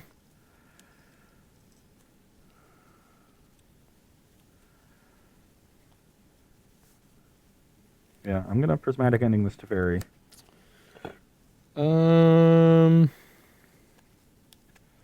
Yeah, I think I just have to be okay with... I'm going to respond. Memory Deluge? Sure. So, top 7. And I don't have to reveal them to you, right? Nope. Okay. The only time you reveal is when there's a restriction on what you can find. Okay. So, I will pick these 2 cards. They seem pretty good. And the rest go on the bottom, right? Yeah, random Okay. order. Teferi exiled, Yep. and then I'll pass the turn. Okay. All right. Now I'll attack for 6. Brings me to 8. Pass to you.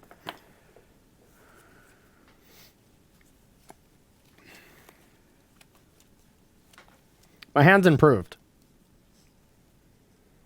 Not surprised. I'll flashback this Faithful Mending. Sure. Puts me to 10. Okay. Doesn't actually increase your clock. I'll discard a Delta Mending. Okay. Play a Mystic Gate. Okay. So I'm at 10. And I will pass the turn. Actually, I'm going to go to 9. Okay. Get a Swamp and Thoughtseize you. Thought sees me, huh?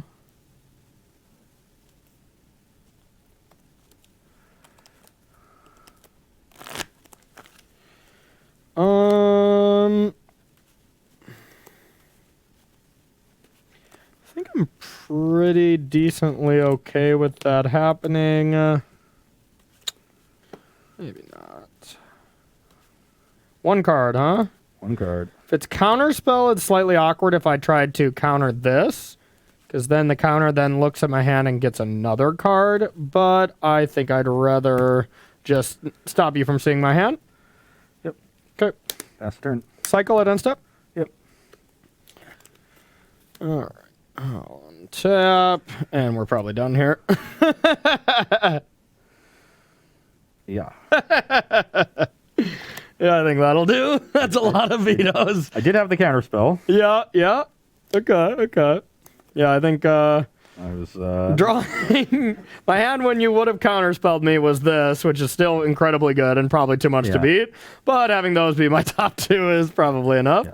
Was not going to find anything off the mending anyway, but yeah, the top deck to fairy really Yeah, it was good. And I mean, honestly, that's how the other game could have went too. Like, the Azorius control deck has so many high impact cards, especially against a deck like yours, that I wouldn't say it's super glass cannon-y, but you know, like, you're doing a specific thing. You have a lot more control of it because you are playing a lot of counterspells yourself and hand disruption. So it's not all in as some of the reanimator decks have been in the past. But there's still those swings where now you have to then have a setup turn and then bring it back. It's kind of like Dredge in that sense, where if I were to relic you, you have a lot of answers to it, and then you have that next turn to just set up your stuff. So I usually have a green light that turn. It's somewhat like that, depending on what you have in your graveyard. Yeah, it's just a more of a all-in-one turn thing. Yeah. And I think if I've got a little bit more time with the Terastodon on the battlefield, maybe you end up trading for it. You mean more than 1 exact second? Yeah. If you end up trading for it, so then I'm not under all that pressure, maybe I can get something going. I mean, your hand was incredible, though a little weak to hardcast Archon. Yep, that's true. So, I was not doing much to that. But you only had 6 mana, so it wasn't a possibility for you. Yeah.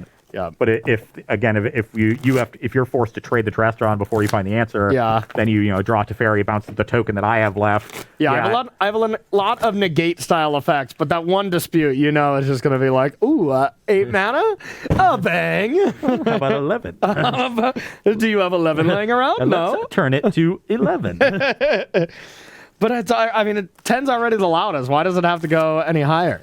Spinal Taps went to 11. Because it's 11, man. Yeah. All right. You got a question there for us, Justin? Oh, I believe so. What do you got? Dredge for Life. Nice name. Classic.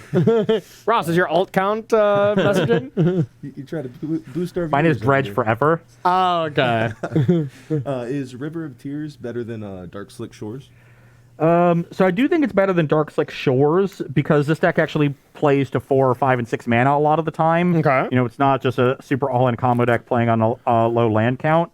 I think River of Tears is probably fine.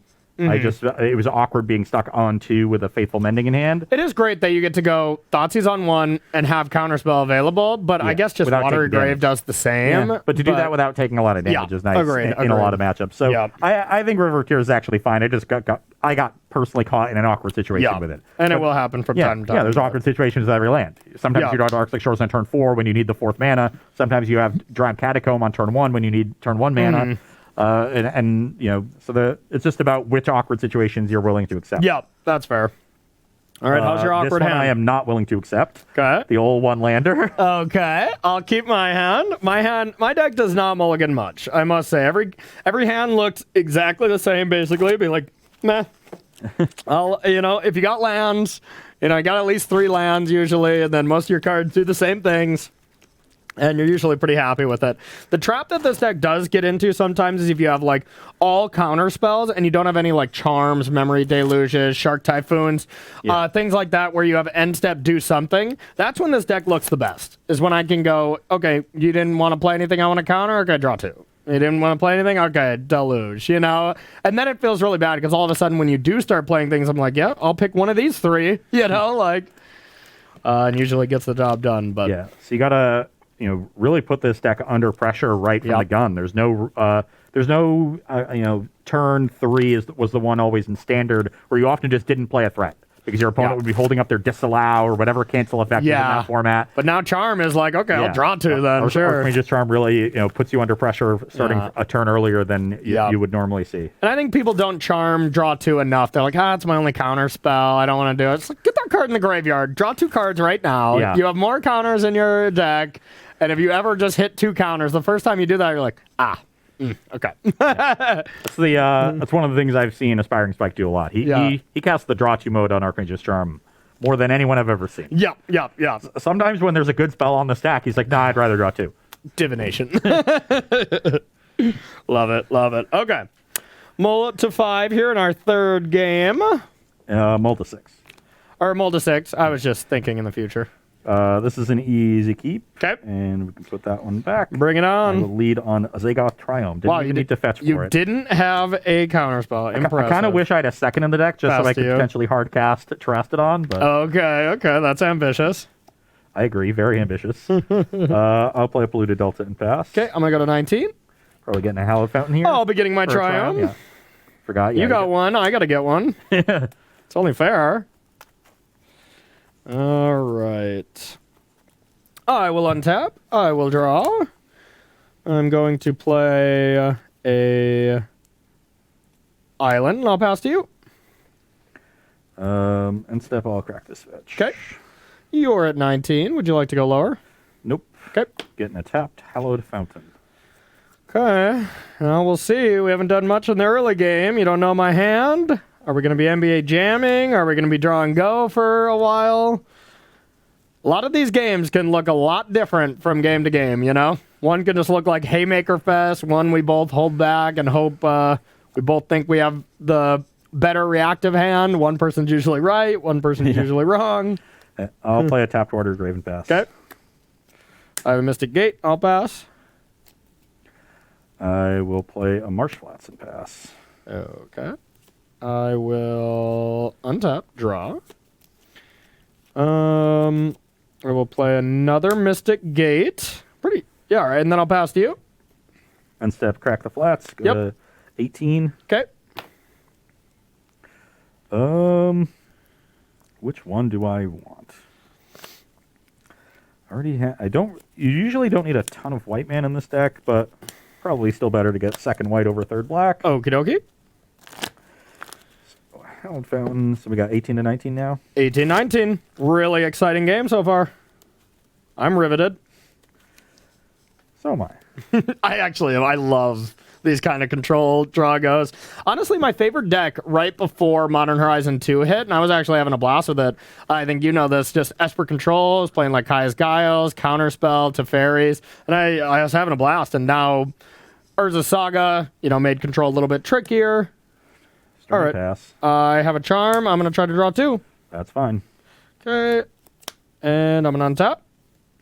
I'm going to draw. I'm going to play a land. Let's see how many cards I have. I do have a lot of them. I am... Yeah, when you're on the draw and you're the first one to cast a divination, you got to do something. Yeah, that's usually true. I will go with a Teferi. I will play a counter spell. Past you.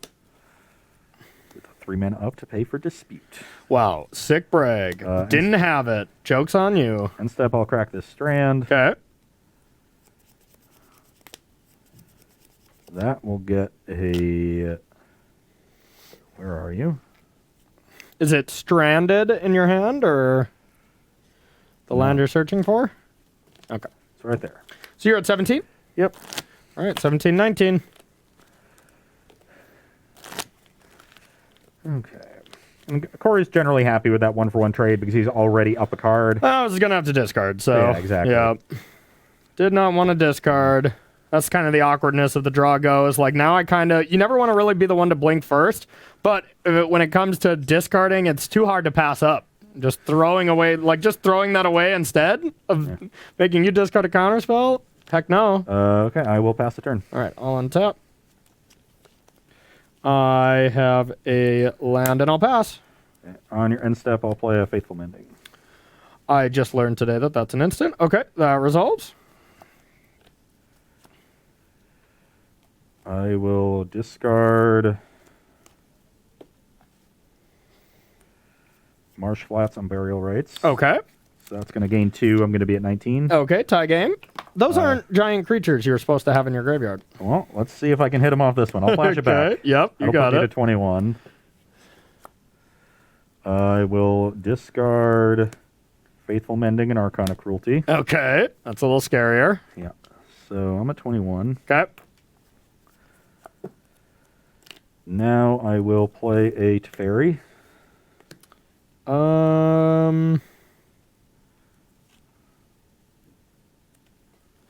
I'll dispute that. I will attempt a Persist on the Archon. I will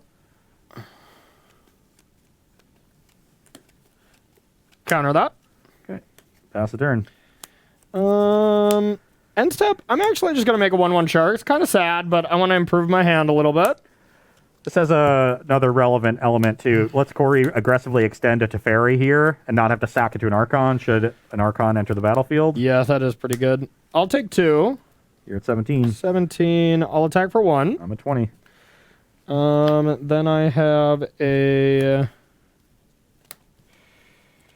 Teferi. That resolves. And my hand is decent enough right now. I guess I don't want to lose to a prismatic ending, so I'm just going to draw. Okay. Do your worst. Okay, pass to you.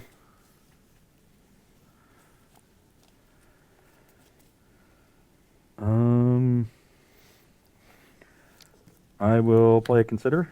Yep, Put Mysticate in the graveyard. you got it. Well, they gave you the Mystic Gates, but we didn't have quite enough to give me mine. Favoritism much? I was just hoping you. wouldn't Wow. Can I get some F's in chat, please? know. Oh no! Just gotta spread the love. You know. Unreal. Unreal. I will Persist Archon with mana to pay for a dispute. How about a veto? How about another Persist? How about another veto?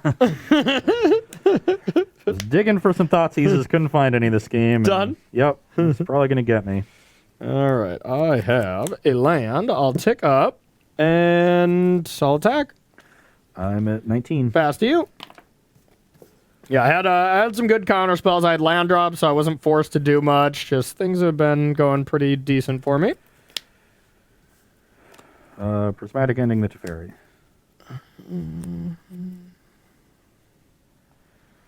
Yep. You have 1 in hand or 2 in hand? 3. 3 in hand. Mm-hmm. Jesus. Oh, yeah, they good. And didn't buy the Kira, so you have things you want to do with your mana, but you have the castle. I had the castle, so that's pretty much up. Yeah. Yeah. Okay, I'll pass. Big shark. Let's go with the 6/6. Yep, that's a big shark. Yep. This shark is an experienced veteran. Still on my end step, I'll flashback Faithful Mending. Okay. You go to 21 then. Yep, puts me to Okay. 21. I'll draw 2. Okay. I will discard 2 lands. Okay. On tap.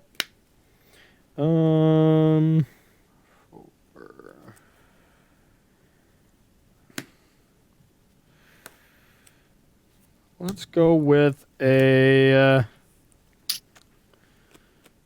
Maybe that's not smart. Let's just go with an attack. I'm at 14. Pass to you. I will play Consider. Consider away. Let's do this one. Consider your options. Yeah. Bin the unmarked grave. Okay. You already have graves marked in there, huh? Yep. Okay. I will play a Teferi. I'll play this one. With the land, okay. Yeah, just in case. So I know you can't essentially do anything after this, right? You have nothing in your yard that's of relevance? Correct. Okay. I will go with a force negation. Okay, pass the turn. Memory deluge. Oh, 1, 2, 3, 4. And I just get 2 of anything, huh? Okay. I will pick these 2 cards. Tip. A draw. 7, yeah? I'm at 7. I will Tap these 5 for a Teferi. I will draw a card, and I will untap this, show you 2 counter spells, and probably be done here. Well, on your end step, I will crack this fetch. Yep. Go to 6. Okay. Yeah. I wanted... Early in the game, I had a counterspell into Teferi. I thought about just jamming the Teferi, but I didn't have the combo yet. So I was worried about me tapping out for Teferi, you having counterspell, then untapping with your own. Yep. And then my counterspell is bad. But that would be fine if I could untap on turn 4 and just go Unmarked Grave Persist. You lose your Teferi. I have an Archon in play. But I just didn't find the combo early enough. By the time I think I had the world the whole game. Yeah. My draw was... there was never a point when I didn't have 2 pieces of protection at all times. Like, there was one point when I had 4 counter spells and my hand had 6 cards, and it was like Memory Deluge as well. You know, like I was pretty locked up the whole time. I got the Unburial Rights here, but you got a million counter spells. Yep. What I needed to do was find Thoughtseize. Yeah, Thoughtseize would have helped. Really early on, I think there was like a hole in one of my counter spells. It was like, I don't know, on curve you could have got me, but yeah, I mean, look at this now. Like, I was never running out of gas with Deluge, and even if you resolved it, I had the Teferi, and I just re-attack. Like, yeah, the post-Cyber games, you just had too much going on. Too many cheap counter spells. Yeah, it really seemed good. But you know what? I was from being down a game and a match to be able to come back to fight for the marbles next round with both of our favorite decks, I think is pretty exciting. So what this deck really needs is just higher threat density. Yeah. So that you can grind through some of those counter spells and more other card advantage spells. Yeah. You know, we're basically playing a control mirror, but I have 12 cards dedicated to win conditions, and you just have Shark Typhoons and Teferis. Game 1, I think you're heavily favored because, you know, I have Chalices, which are just okay. I have some weird removal that's targeted. Yeah, and you can really pick me apart with Thoughtseizes, and you did it very well game 1. But yeah, afterwards, my deck just becomes so redundant with every card does the same thing. So when you Thoughtseize me, most of the time, I was just going to be like... Yeah, I lose the game by anytime I cast Unmarked Grave. Like, you know, I spend a card to do nothing, and I'm just down a card every time, and then you're casting Archmage's Charm and drawing 2, and I just can't ever win a counter war. And God forbid if you Unmarked Grave and then I have Rest in Peace, then not only do you have to answer that, you've lost your setup. I didn't even have Rest in Peace, and I did not even remotely need it. Maybe the card you might need in this deck is Defense Grid. Seems okay. It just makes my stuff cost more, right? Any spell anyone casts on their opponent's turn costs 3 more. Makes your counter spells a little awkward, but you mostly use your counter spells to fight through. Yeah. I'm wondering if you want more Mystical Disputes or Flusterstorms, because it seems nice to go Thoughtseize on 1, Unmarked Grave on 2, Persist with one of those on backup on 3, you know? Yeah, that would also be good. But Dovin's Veto still gets you, but But you know, maybe you Thoughtseize away their veto and then counter their other spell. Yeah. You know, but the combinations of you know Dispute, Flusterstorm, Dovin's Veto, Force of Negation is really tough. Maybe I just need cheaper creatures too. I just think it's just a bad matchup, and you have to accept it because I agree. Because also I think like even if you have that nut draw where you get Archon into play, I now have like 9 answers to just deal with it again. You know, which is then it's just like, okay, you did all this work. I Teferi and bounce it, and now you got to set up again, and you know. But it generates the fact that it generates card advantage when it enters makes those exchanges generally agreed. That is a huge thing. Yeah. So like game 1, I was able to do that a couple times, and I just ran you out of cards. Yeah. Game 2, I just was never able to put one into play and get the ball rolling in that direction. But yeah, you could go the cheap counterspell route. You could go super heavy discard route. You could go defense grids, something like that. Defense grid could be kind of cool. I could also see boarding in some sort of cheap threat like Monastery Mentor. Right? Like that I can try to resolve under your counterspells and generate some value out of it. And win the game that way. Could just splash green. You already have a Sagoth Triumph and play some Veils. I'm not even kidding. You know, like. Veils in a similar vein to to Mystical Dispute, but just better in this role. Just better, yeah. But yeah, you just need that more. Even seems like a good Sultai deck for you. Like Prismatic Ending and Teferi, I think are going to be very good in other matchups. But I could easily see that deck just being a Sultai deck. Or wait, no, you need Faithless Mending. Yeah. Never mind. And the Unburial Rights and the Teferis, you definitely want to be white. But but 4 color is. 4 colors easy. You just add another Triumph. You add the Rogrim. You have a Zagoth, just so you have options of what to get. I think one Zagoth Triumph and one green dual land, like a breeding pool, and you're fine. Yeah, exactly. And then you also get to up your Prismatic Endings to deal with 4 drops. There's not a lot of. Omnath as well. Yeah. You know. Omnath. Yeah. Yeah. Yeah, that like you it just clearly this deck needs more for a matchup like this. Yeah. And whether you can afford to do that in your sideboard when you also have to prepare for the rest of Modern, which is such a wide format, unclear. But the post-board matchup is bad. Yeah. Pre-board, Way around when it. you have 8, dead cards instead of 8 cheap counter spells. I have enough to fight you 1-for-1 on that axis, and then resolve an Archon, and then the ball gets rolling. You're down cards, I'm up cards. But I have no other way to generate card advantage. Yeah. I could also see like sideboarding like Shark Typhoons. And just kind of pivot. Yeah, Shark Typhoons and counter spells, so you just have something else to be doing. Yeah, because that was going to be my game plan. I didn't have Archmage's Charm until turn 4 when I cast it, and then I drew into like Deluge and Shark Typhoon Deluge and like another counter spell. But I had a Shark Typhoon, so I was just going to be like, I wasn't going to be doing stuff at my end step like I was talking about before we started this game. But then once I hit that, I was like, okay, my game plan gets to change. After I charmed, I had 2 Teferis and Dovin's Veto, so I was very safe just playing a Teferi. No matter what, if you put anything towards it, it's countered. Yeah. And then I have Dovin's Veto just in case. And actually, I had 2 Dovin's Vetoes, so I had the Thoughtseizes. Thoughtseizes covered. Covered, yeah. And then I also had Dispute, Force of Negation, those were my 4 counter spells at that time. Like, you were dead. Yeah, you had me covered the entire time. Your hand was just really good. Yeah. But that comes from having that really strong sideboard. Yeah. Your deck was just overloaded with counter spells in the board, and mine just didn't have a lot for this matchup. Instead, I've got a bunch of ley lines for graveyard decks, which seems a little excessive. But Spreading Seas, Fatal Push, those seem fine. Yeah. Got some Chalices for the Cascade decks. That seems a little weird. Like Archon kind of trumps what they're doing. I guess not Living End. Definitely not Living End. Chalice on 0 seems pretty good against those. Yeah, and an EE. The extra like tutor targets might be meh. There's probably some matchups that they're very good in. Yeah. I know the Emissary in the main is absurd against elementals, but clearly the sideboard is not built with control in mind. Yeah. Nope, that's totally fair. But hey, still a pretty decent match. Kind of a beating that last one, but overall pretty cool. We definitely saved the best for last, though. Yeah, we've got Corey said during the show that this is the deck that he will be playing this weekend. I will be playing the deck that I would be playing if I were going to an event. I was watching Aspiring Spike stream with it when he top 8'd the challenge last weekend. I literally bought Demi-Liches that day because it's one of the few cards I'm missing from the deck. I think that was a smart move. They're already up to like 25. Nice. I bought them for like 9. Yeah.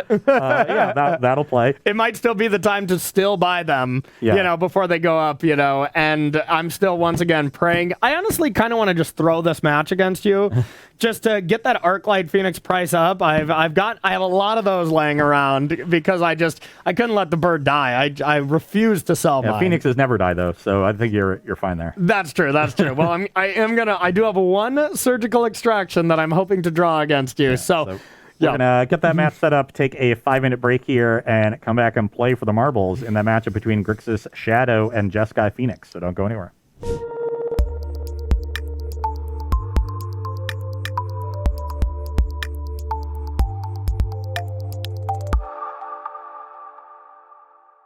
Hello and welcome back to Versus Live. I'm Ross Marion. And I'm Corey Baumeister. And we've got Justin in the booth. Say hi, Justin. Hi, Justin. Justin will be taking all of your questions, comments, concerns, and burns in the chat. Make sure to tag at Star City Games so he can see them and send his favorites over to us.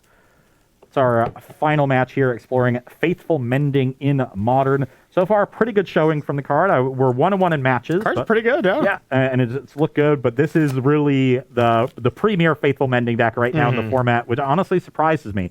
I did not expect it to be that good in Phoenix. I thought this was the deck that it going from a 1 to 2 mana spell would be the most detrimental in. Yep. Because that makes it so much harder to return Phoenixes as early as possible. Yeah. But with the power of, it's really the power of Demi-Lich, the power of Prismatic Ending, which really solves a lot of the issues the old Phoenix deck had, dealing with big creatures like Death Shadow that we'll see. Yeah, I'm not excited for it. And also dealing with hate cards. Now I just have easy answers to things like Rest in Peace. Yep. So you can just be a little bit more of a graveyard deck and not have to worry about them. Whereas when I first built Is It Phoenix, the entire goal of me putting Crackling Drake in the deck was to have a game-winning threat that didn't get stopped by graveyard. Yep. And people would bring in their Rest in Pieces and their Ley Lines and their Relics and all of these things, and I just didn't Attack care. for 18. Yeah. I just wouldn't care. So now it's a little bit different. I think Demi-Lich is a super powerful card in this deck. Faithless Salvaging is a really good card for enabling it because that rebound, that free spell at the start of a turn, really sets you up to get to 4. Yep. And you can start casting them for free. So it's a really impressive build of the deck. and was super happy watching Spike do well with it over the weekend. I expect it to become pretty popular. Arclight Phoenix is one of those cards that once people see that there's an inkling that it might be good again, they're all going to jump on the bandwagon. It's the Tempered Steel boomer effect every historic set where some artifact gets printed. People are like, oh man, I got to try Tempered Steel. And they're like, it's still bad. Yeah, Still bad. except Arclight Phoenix is actually good. That's true. That's true. But, the last like 4 cards that I got did not make it good, but people still tried them. This one is different. Now it got a couple shots in the arm. Yeah, the prismatic ending was a really big one. And Consider is pretty strong, right? You're playing that too, right? Consider is definitely an upgrade on Opt. Yep. So that's just a strict upgrade, and so a lot of additions over the last 6 months. Yep. That have finally let the Arclight Phoenix rise from the ashes. And honestly, pretty much the same for the deck I'm playing. Grixis Death Shadow was dead. It was completely dead. It was a flawed deck, in my opinion, before MH2, because you had Death Shadow, you had Grammatic Anglers. You just didn't have a lot of threats. So there would be these hands that you keep that cantrip a lot and look good on paper, and they're never mulligans, and it wouldn't pan out, and all of a sudden you're just like, I just think I'm playing a bad deck. And I wouldn't go as far as to say it was bad, but with the inclusion of Luris that gives you a lot of staying power with Bobble and stuff, and the fact that now Regavan and DRC are just these threats you get to play early, and now I have so many threats to play with, as well as the fact that you have a lot more card advantage with Expressive Iteration. And honestly, Dress Down solves a lot of problems in a lot of matchups where you don't really think it does. So this deck got brought back to life with Modern Horizons 2. Didn't really get anything with the newest set, but it's still my pick for the deck that I'd play in a Modern tournament, and will be on Saturday. Yeah. I think Dress Down is the really unheralded addition. Temur Battle Rage was always an awkward card in the deck. There were games when it won you the game and no other card would. Yeah. And there were games where it was completely unplayable. 2 in your hand, and they killed your stuff. Yeah. And Dress Down, while not quite as good in the end the game role as Temur Battle Rage is still quite good in that role. But it just sometimes it is better though. Sometimes it's honestly better. Yeah. If I'm at 10, you're at 12. Temur Battle Rage was doing nothing for me. You know, but Dress Down will kill you. And it's recurable from Luris. So I think it's honestly better in every way. Mm-hmm.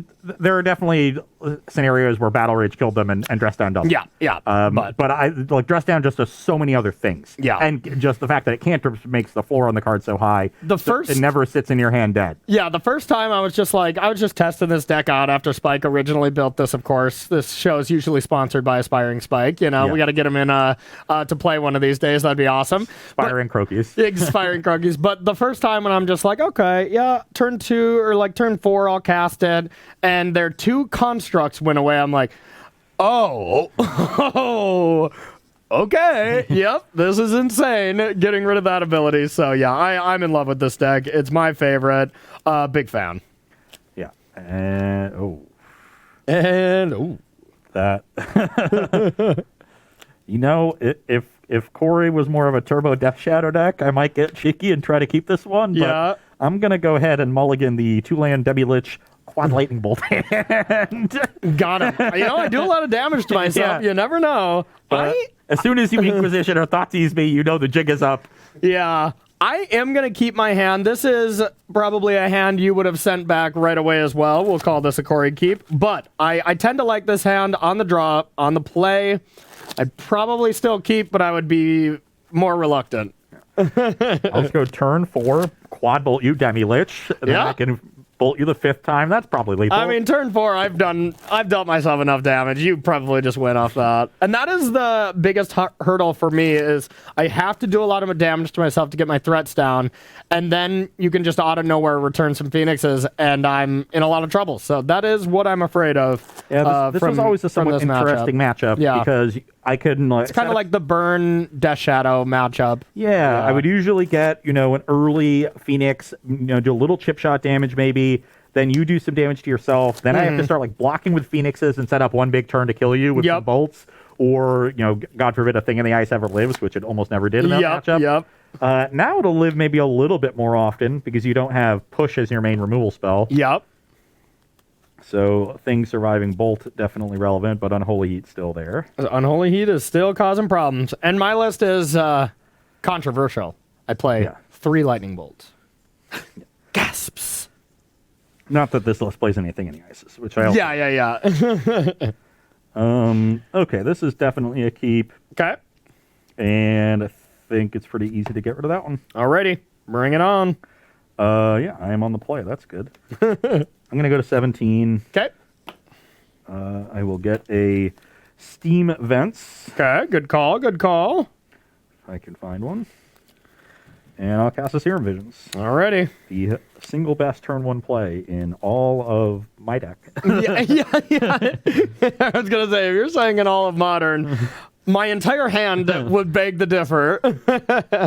You used to have a potential awesome turn 1 play of gut shot you, thought scour myself, mill 2 phoenixes. Yeah. I guess I can still do that. I guess you could. Okay, so it's not even the best turn 1 play in my deck. And not even close. Yeah. Okay. You got a Draw vision. card. I will scry 2. I will be sad. Be sad. Well,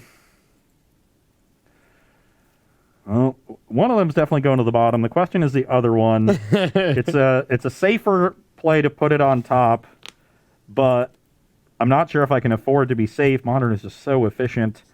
And Death Shadow's I'm going quite to bottom it. efficient. I'm going to take the risk here. Done. Yep.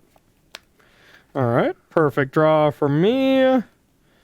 So one piece of advice here: always sacrifice. Blood Crypt is almost always the first line you get, and always leave Bloodstained Mire in your hand. That's kind of the trick. It's your best fetch land for when you want that option to be able to get a swamp or a forest. Swamp or a mountain. Yeah. How about that? So, if you ever have the option, always sack this and get your Blood Crypt first, because all the lands get you Blood Crypt, which they kind of have to. Which I will do. Ooh, look at those fancy Blood Crypts. I don't even know what set that is. I don't either. Some kind of... I'm sure it's a secret... What does SLD mean? Secret lair? Secret layer lands? Secret lair, yeah. Hey, this is our sale right now. You can buy this land at 15% off. A sale I will mention to you later on. Hashtag plug. Okay, now what do I want to do? You put stuff on bottom. I guess I do got to be afraid that you can do some disgusting stuff starting even next turn.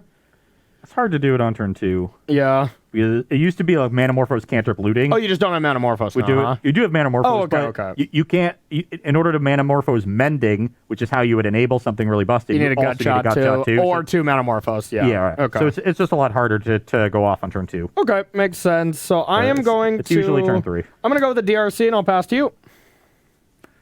Oh, I'm so good at this game. I bottomed to consider. Yeah. I have a 2-mana spell in my hand I really want to cast. And so I Yeah. didn't want to spend... Like, I get to see one extra card, but it costs me the mana. Yep. Let's take the risk. And I will pass the turn. Okay. I will draw. Now I am going to...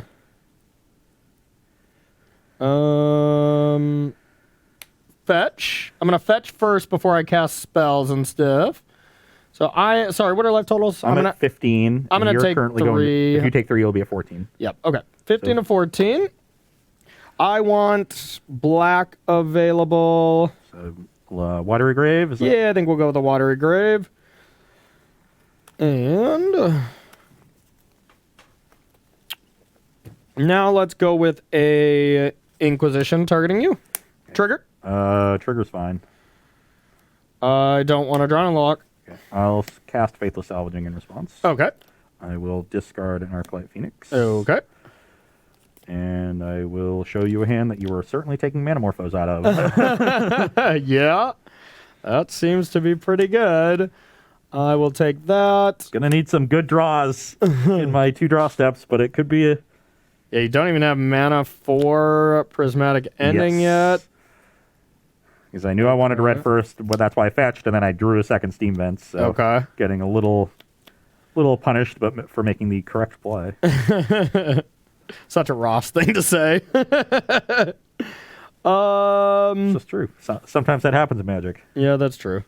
So now I can try to progress the battlefield or do something else.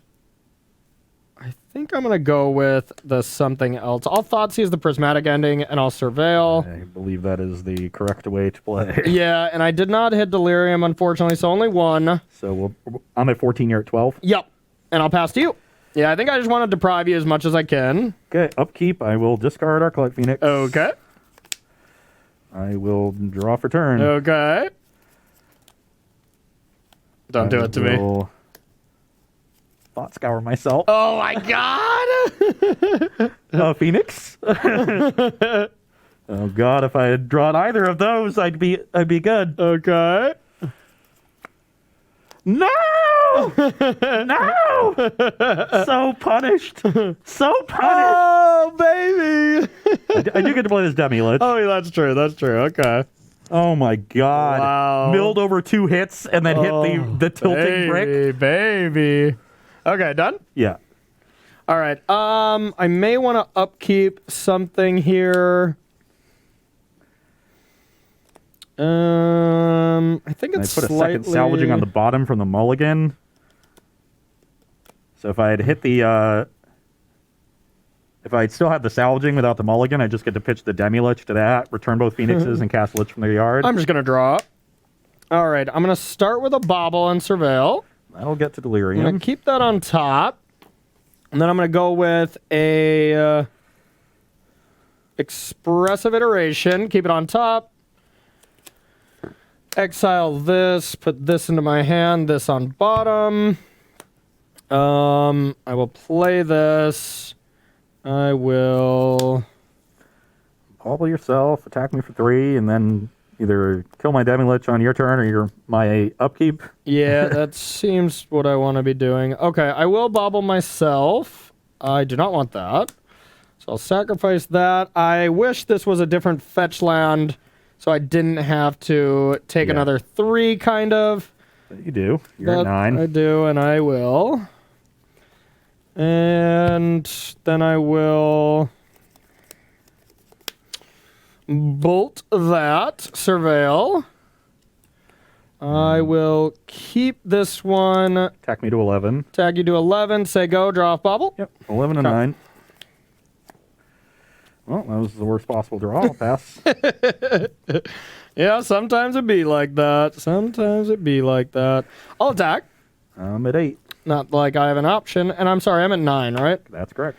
Okay. I will then play a DRC, and I'll pass to you. Thought scour myself. I'll counter it. Trigger. Graveyard. Graveyard. Okay, pass the turn. All right. Untap. Draw. I have a dashed Regavan, and I'll attack for 8. Yeah, I'll do. Alrighty. I mean, any land I can start casting the Demi Lich from the graveyard every turn. But Yeah. drawing second Demi Lich was not very good. Yeah, not great. No, Gut Shot would have also not been very good. Metamorphose would have been excellent. Yep. And I had the tough choice. I kept a one lander on the draw, but with DRC, Regavan, double hand disruption, and expressive iteration. So I have a lot of draws to hit. I can just play Regavan, hope to go. Luckily for me that the fetch line was right on top and I didn't have to think about it at all. But I had the choice on turn 2 and basically the whole game of when to cast my Regavan. I decided to play as safe as possible and just rip apart your hand first and just try to stop you from that 3 spells. But that one turn, if you were able to cast that 3rd spell, I can't beat the double arc. Yeah. It all comes down to that turn. Yep. And I had 2 draws to find 2 spells and only found 1. I like that. Yeah, that would have been, still, it would have been over on the lucky side for you to actually hit. Like, to be able to bring back off not being able to do anything. Well, I had salvaging on rebound. But with just the salvaging, I think it's still, you're unfavored to hit. Am I? You have to be. I'm seeing 2 new cards. Oh my god, hurry. We got to go to sideboarding before he starts actually doing the math. So we're going to take a short break and we'll be right back with sideboarding here on Versus Live. Don't go anywhere. Welcome back to Versus Live, where we are sideboarding in our matchup between Jeskai Phoenix and Grixis Death Shadow. Not a lot going on my side. I've got some paths in the sideboard, which I think are going to be good at just helping me answer Death Shadow. Yep. I'm cutting Gut Shots. They're good against early Ragavans, obviously. Yep. But, oftentimes dead if you have, and it doesn't kill any other threat. Yep. And its benefit in the deck is speed And in matchups where your opponent has a lot of disruption, speed is less important. Yes. You just need to be resilient. So I would rather have more flexible removal, be better in a longer game than just be faster, because my fast draws can get broken up by Surgical Extraction, Soul Guide Lantern, all of that stuff. So just going to cut 2 gut shots, bring in a couple paths, and hopefully draw just slightly better. Just slightly better. Yep, I hear you on that. And from my end, bringing in Surgical Extraction was the one card that I have adjusted since I played the last tournament with this deck, and that is just because of these Faithful Mending decks. This is really the only variable that's changed since the last time I played, and I'm still considering a second Surgical depending on how popular I think these are going to be. Dragon's Claw, great against Burn, and I've been struggling with it. Anybody who watches me stream, I played against it like 6 out of 10 matches in 2 leagues, and like went, 2-4 or something, which is pretty bad, and they were all down to like 2 life points, which is kind of how that matchups go, and then I just had Dragon's Claw for like 2 games in a row against another one, and they're just like, wow, you just never lose to this deck, huh? And I'm like, if only you knew, sir, madame. So anyways, this is what I'm going to be bringing in. Surgical being the best card, being able to take all your Arc Lights, and I think you were even saying this, if I take all your Arc Lights and Demi-Liches, you lose the game. You can bolt me, maybe, I guess, right? And that's about 4 it. bolts and a gut shot. And a dream. Yeah. So Flusterstorm being really good, I can counter your turn 2 salvaging on the draw and not let you rebound, which is pretty sweet. Drawn in the lot is bad, but I have a lot of cards that are not great. Soul Guide Lanterns are going to be excellent, and even a Damping Sphere I think is pretty good. It's going to make it really tough for you to actually bring back Phoenixes, and even when you Demi-Lich, like, if you don't have any mana open, you don't get to just cast that spell, right? It doesn't... Correct. You have to pay the cost. You do have to still pay the cost on the cards. It's going to make it make me hard to get those explosive draws. Yeah, a little awkward. This card used to be overrated against Phoenix, but that was with Thing in the Ice versions, where you could often play a spell on their turn, play a spell on your turn, play a spell on their turn, then untap, play 2 spells on your turn, and be fine. It's definitely better against this build that is more dedicated to just casting a lot of spells on their main phase. And it does hurt me a little bit too, because I'm a 1-drop dock deck essentially, but if I played on 2, my turn 3 could look like double 1-drop still, or it could be like 1-drop hold up drown on your turn, so I can play around it a lot easier than I think you can.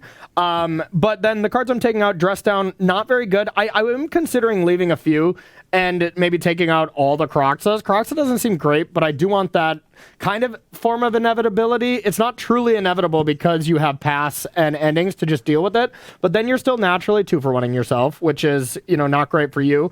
And Dress Down only really just stops you from attacking me. On the turn the Phoenixes come in, don't give them haste, essentially. Stop the ability from Demi-Lich, but all of those scenarios I'm already behind. So I don't think this is a great card to come back. And then K-Command just being awful, completely unplayable in the matchup. Unholy Heat's worse than Lightning Bolt in this matchup. It's the one matchup that it's truly worse than. That is why I added a second Unholy Heat. Bolt always kills both my creatures and goes upstairs. Exactly. Unholy Heat sometimes doesn't kill Demi-Lich and doesn't go upstairs. Well said. Third Croxa, this is one thing that Aspiring Spike went away from. I think the third Croxa is very important when it comes to these control decks that are really popular. That's how you pick them apart. Games look a lot different when you have one Croxa against those decks versus when you don't. So I like playing the third, but not very good in this matchup. I could see even cutting more of this or more Unholy Heats if I want to try Dress Down or something like that. But I have to keep some bad-ish cards in my deck, but not too worried about them. To me, I think Croxa seems fine in this matchup with the way I think the games are going to play out. I think you just want threat density because I do have good removal against you. Yeah. So, if you run out of threats, I'm probably advantaged going along. Yeah, I would agree. Unless you get a lot of value out of a Soul Guide Lantern or something like that, my threats are going to keep coming back. You don't have the exile-based removal that I do, so you need to counter that with higher threat density. And just make sure that you're able to stick something and be the beatdown. That's true. And we'll see if we can do it. Either way, I love playing this deck. It is so much fun. Just so much to do. Expressive Iteration in this. This is the best Expressive Iteration deck that I've ever played by far. Because now not only can I have 5 free targets for spells. I can Surgical you for free if I Iteration. Or all the baubles. And it works out so perfect where you usually want to go 1-drop on turn 1 and then turn 2. If it's Ragavan, you can connect an Expressive Iteration on turn 2 and still play a land, which is gross. But most of the time, it's like 1-drop, double 1-drop on 2, turn 3, iteration 1-drop, and that's very common. That's a very common sequence. You think, wow, you're not going to have that many 1-drops. The deck's all 1-drops, you know? So when Corey's saying 1-drops, he doesn't just mean creatures. He's talking about discard spells, 1-mana interaction, bolt, whatever, unholy heat, all of those things. So. And then after that, you on turn 4, you leave up drowned and you use the other 2 mana and you probably lock them out of the game. You know, in an ideal world, that's kind of the plan. But of course, not every game goes like that. You normally see iteration in decks with a lot of counter spells, right? And it can be awkward in those decks because an iteration forces you to tap mana on your main phase. In a deck whose primary disruption comes from discard spells, and you still have the baubles and the Ragavans and all of the stuff that the Izzet decks have, you're just taking iteration to a whole new level. And it can be awkward because you do play low land count, so those turns when you're like, all right, I need a land or I'm not doing things, those are usually when you should just wait, rethink, like, can I do something else and iterate later? Essentially. How's your hand? Not good. Okay, mine's perfect. The snicker of disgust, really. and this is actually showing you kind of the issue with Faithful Mending. You know, this is a hand that is much more keepable if this Mending is eluding. Yeah. It's a 1-lander with a Manamorphose. Like, I'm gonna mulligan it. Okay. But That's a Faithless Looting. You snap that off. Yeah. You already have a free card to discard. Probably an extra one here. Turn 2, you can Manamorphose. If you hit another 1-drop, all of a sudden you're attacking for 3. Exactly. Yeah. So it's just so much better here. But this, as is, it's just an easy mulligan. Yeah, exactly. And you're very incentivized to not mulligan against me, especially on the play. But you can't keep that. Where there's the big difference between looting. And I mean, honestly, I don't think Faithless Mending is going to deem a ban because it's 2 mana. But that's how big of a difference it is in Modern. 1 turn difference really decides if a card is way too powerful or just good. Yeah. No, it doesn't seem like much, but it really is. It really is, yeah. The margins in games of Magic are always so small. You know, in Modern, for sure, yeah. And in Standard with Lovestruck Beasts and Great Henge, the margins got a little murky. A little murky, I must say. But now we're back to a normal world where I even got to just play a werewolf deck yesterday on stream. I know you were tuning in a little bit. I was having a blast in Standard. You get to do fun things. Yeah, absolutely. I would like to do some fun things in this match, though. Yeah, I mean, you can do it game 3 after I've already won the marbles. How about that? Okay, I was a little concerned when I fanned open 5 cards and none of them were lands. The last 2 were lands, so you're good. And yeah, I think it's pretty obvious what we have to put back again. Okay. So that will go there, and then I will play a Scalding Tarn and pass the turn. Okie dokie. So I'm gonna draw. Wow. Okay. So here's a nice little puzzle essentially. So when you play this deck a lot, if you want to take a peek at my hand here, something like this spells out a nice little sequence you have. When you have 2 different dual lands, one's a fetch land, one's a dual, that's when you want to bobble. Because you now have 2 options, that's when you want to bobble yourself. And if I only had 2 fetch lands, I don't really want to bobble myself right away because and if I have 1-drops, because I'm already going to do it. So with having these as my options, I'm going to start with a bobble. I'm not playing these, of course, I'm just kind of showing. I get to bobble myself. See that card, and I already have one of those, so I don't want that one. And now with having Blood Crypt, I probably want to go with like Watery Grave here, in case I do draw Expressive Iteration later. Getting Watery Grave instead of Steam Vent suggests a discard spell. Yeah, and I think I would rather discard spell here. And now... Are we going to 15 with the Thoughtseize or 17 for an I think it's a 15. But first, now I have a second bobble, so now I get perfect information. I guess not perfect because you'll have the fetch land. So actually, I won't even do that. Sorry. Yeah, you're going to fetch anyways, but I'm going to Thoughtseize you, and I'll take a peek at your upkeep. So you're going to go to 15. I'm going to respond to the Thoughtseize by getting a Steam Vent going to 17 myself. Okay. And I will Thought Scour. Target me. Oh, dang it.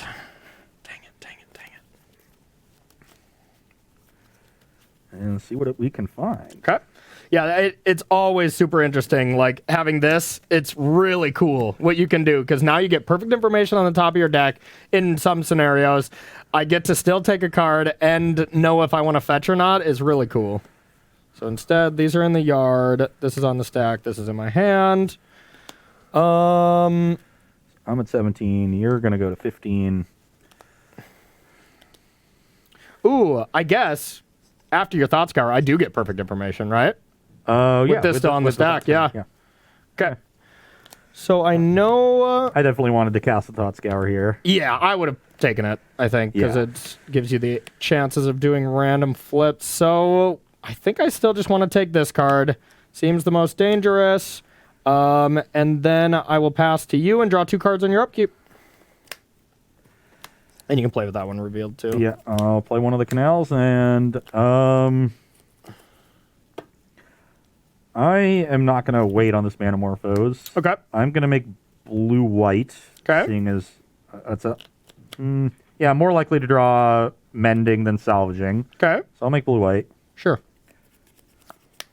and I'll pass the turn. Okay. I will draw.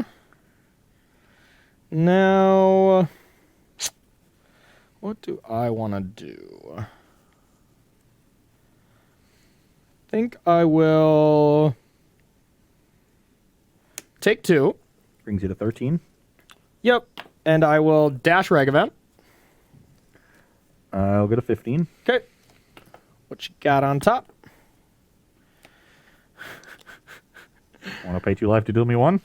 Nope. I mean, it's kind of cute in a Death Shadow deck, to be honest. But I don't think I do, but I will pay this to play this Lantern. I'll hit Metamorphose, doesn't matter. Return this and pass to you. I'll play Spiral of Canal and pass. I will play this land, and interesting decision now. I can just buy Luris, or I can try to play out Ragavan, do something with that. But buying Luris, if I can just keep your graveyard in check, seems pretty awesome.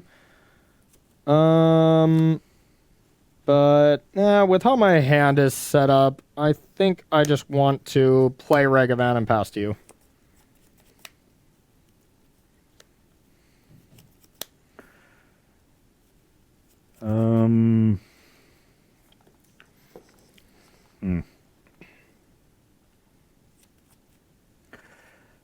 I'm going to fetch with this strand. I'm going to go to 12 Okay. and get a Hallowed Fountain. Which Okay. is very awkward. The reason I'm doing this is because I've drawn a Thought Scour. Okay. And if I hit a Demi-Lich, I want to be able to cast it before Corey can Lantern. Guess you can, huh? Yep. Unless I Lantern right now. Well, then I'll still be able to cast it. Oh, no, because I need the spells. Yeah, you need the spells, yeah. But I think that's okay. Yeah, I don't think that's something you want to do. Yeah. I'll let you spin the dice. Because I got the surgical ready and waiting as well. Sure. I guess that doesn't even prevent it either, does it? No. Oh, wait, the ability still goes on the stack, right? No. Oh. This does mean I'm going to end up wanting to bolt this Ragavan, so I'm going to do that first as well. I'm going to counter that. Okay. That's why I did that instead of buy Luris. I want to just hope Ragavan lives here. But it's slightly risky. Huh. You have 3 in hand? 3 in hand, yep. And you know none of them. Bolt Ragavan. All right. Thought Scour myself. Okay. Bricks. Okay. And I will pass the turn. On tip. Well, kind of changes my play again. So I will cast Ragavan. Yep. And this tapped, pass to you. Plays that tapped instead of buying Lyris, suggests another drown. Could be. I could be drowning in drowns. Some would say flooded, but that's not as cool.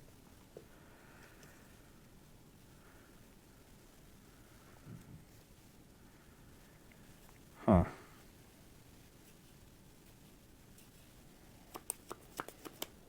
Yeah, just most of the time playing a Ragavan, and trying to protect it like I tried last turn. almost always the correct play, because once it connects, it starts to take over on its own, and then you buy Lurrus with all those extra treasure mana. I will Thought Scour myself. Okay. Huh. Normally, you'd be like, ooh, Arclight Phoenixes, in your Ross Merriam tone. But instead...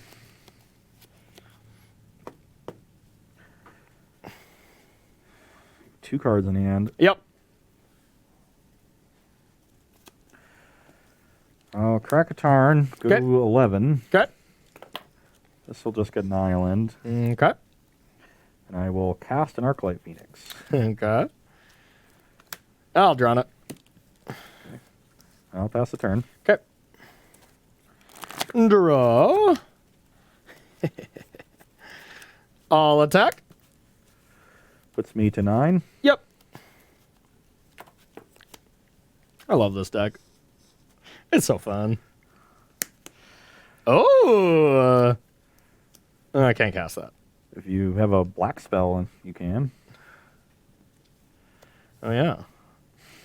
You're right. If you can cast a spell with the Swamp and the Blood Crypt. All right. I will cast Surgical Extraction on your Arclight Phoenixes. Then I will play Demolich. And, yeah, I'll pass to you. I will show you this sad prismatic ending. Okay. I guess I should have prismatic ending the Ragavan. I would have drawn and locked it. True. Yep.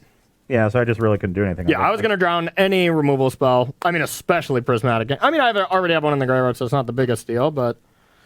Well, I didn't think I would ever be casting 2 Surgical Extractions, but it's in the cards. I can attack, target Surgical Extraction, kill this, and then Surgical it? Yep. Sweet. Yeah, no mending, so you just didn't flip anything to do as far as action. Nope. Yeah, that's X out. Pass the turn. Okay. I will draw. And I only have 1 bolt in my deck. Ooh, I gotta interrupt real quick and be that guy. Apparently, you're supposed to play 3 blues for that. And I did. Oh, you did? He had a treasure. 2 blues and a treasure. Good treasure from the Yep. Ragavan. Take that, chat. Yeah, take that, chat. Yeah. So yeah, I had these 2 blues and a treasure. Surgical on 1 makes it cost 1 less blue. So blue, the treasure I threw away from Ragavan. And take that, chat. Huh? All right. So I'm going to play this. No Death Shadow in sight, so I'm going to be conservative here, even though it's probably a little too conservative. We'll just take 1. You're 12. I mean, you know I only have 1 bolt left. Yeah, that's all right. And no Phoenixes. So I could, like, attack and Thoughtseize you here, but I think I'll just attack and do nothing. Yeah, I will go to 5. And I will buy Lurrus and pass to you. I would like to draw that 1 bolt. Yeah. Serum Visions. Serum Vision, you can have that.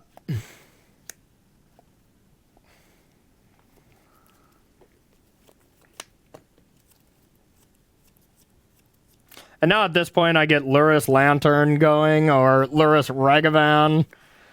That's going to be tough for you.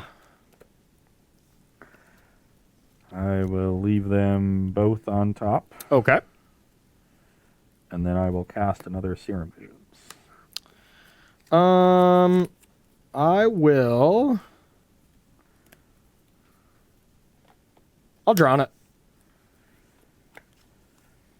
Yeah, I'm dead. All right. I have a path on top, but I'll be under too much pressure. Yeah, I wanted to drown it, and In fact, then you just get to dash the Ragavan off the Lurrus. Yeah, I was thinking that too, but I wasn't even necessarily thinking that. I was going to attack Surgical and then shuffle shuffle your library, which is cute. Hey, Demi-Lich did win a game, so that's pretty cool. That's pretty cool. So far, I haven't really got much of anything going. Yeah. But we got time for a pity game at least, so see if you can do your thing. But yeah, so far, I've had you've mulliganed twice against the Thoughtseize deck, which is detrimental, especially when I'm on the draw and you're on the play, so you're starting with 5 cards. And I've had some interaction. The Drown in the Locks were actually good, where I thought maybe they wouldn't be that great, and drew hate. That's a recipe. I have the recipe for a disaster for decks like this. I'm not saying for sure this deck, but pressure and disruption, especially when it's met by graveyard disruption, usually a good recipe for styles like this. But you can, you had me game one if you drew a spell with those two Arclights. It was that close, you know. The game wouldn't have ended on the spot, but it would have ended a few turns later. And that game was another mulligan on the play, discarded it on turn one. I was low on resources at that point. I drew a couple lands to start the game, and I just never got anything else. Yeah, and I never even really needed Lantern. It was like a threat there, of course, but it was never anything that had to be done, but I always had that in the back pocket. Yeah. I had the mending for it if I needed it, but I didn't hit the Phoenixes instead of the Demi-Liches, which is not what I wanted to hit. I don't think this is a hand I necessarily love, but I don't think it's a hand I can mulligan, so I'm going to try it. Oh, I like that. Yeah. This is definitely one I could see you winning. I will keep this. Okay, let's do it. I'm going to go to 17 and get a Hallowed Fountain. Okay. Wherever you are. Hallowed Fountain. And I'm going to cast the Serum Visions. Alrighty. This went so well for me in game one. It did go pretty well. And honestly, Serum Vision used to be a Grixis Death Shadow staple too. And I think, now I have enough threat. The whole problem that I was saying is I didn't have enough threat. So I got to replace Serum Visions with Serum Visions on legs, but also deals damage. Ragavan.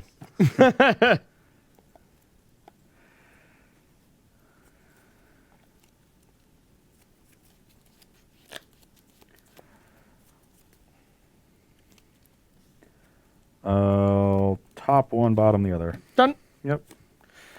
All right, I'll go to 17, and I got a Ragavan. Pass to you.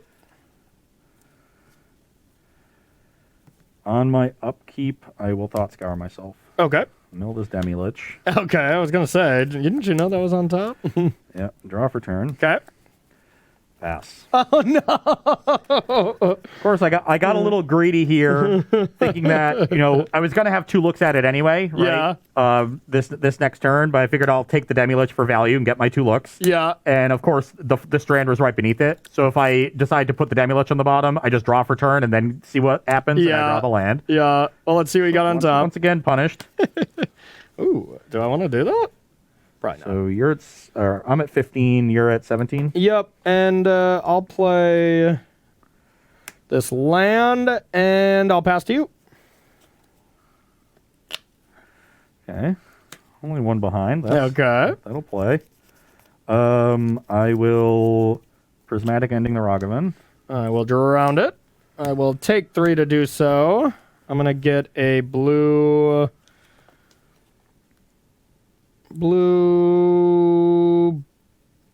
red. I'm going to get blue, red.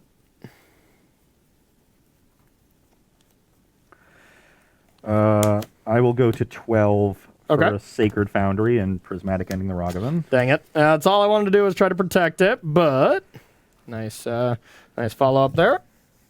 Okay, so I am going to be at 14, and you are at 15? 12. 12, okay. Done? Yep. We both Fat Shock twice, but you got under the Ragavan. Yep. All right, so now I have a expressive iteration. Yep. 1, 2, 3. And you have how many cards in it? A lot? Like 5? Yeah, Okay. 5. I'm going to put this card into my hand, this in exile, this here. I'm going to play this, and debate what I want to do.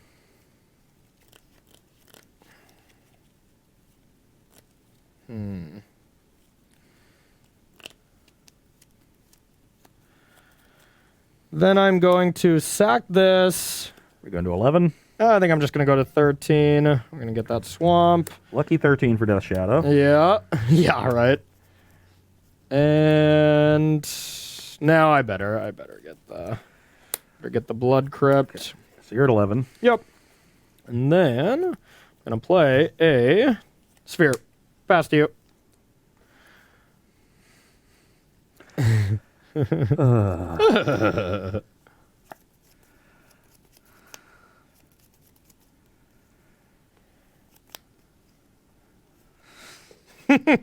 Is that good? It's comical. You got another prismatic ending, buddy? I use the endings because You used them correctly. I would much rather have Regavan than Damping Sphere, to be honest. I use the endings because I didn't want this to come back. Oh, crap. I also have a Lurrus in my deck. Next fetch land. I'm going to go get that. And so, of course, I got punished for that from the weird one of in Corey's sideboard. It's a fun of. Not for Tron players. It's a fun of for me. But it does... I had a big contemplation of playing that or this and hoping that was enough, but Ross's deck is pretty redundant with that many cards, so I didn't feel that that was going to be a good plan. Crack this Tarn, go to 11. Okay. Gonna get the island. Okay. I guess one of the two islands, I should say. Okie dokie. You got 5 in hand over there? 5 of them. You know none of them.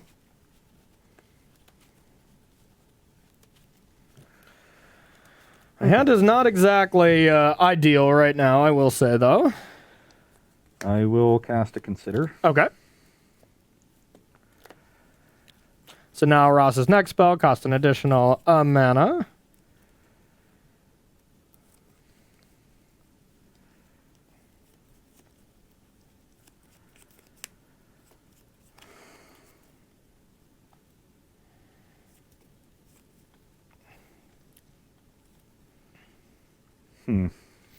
Got a tough one to consider there?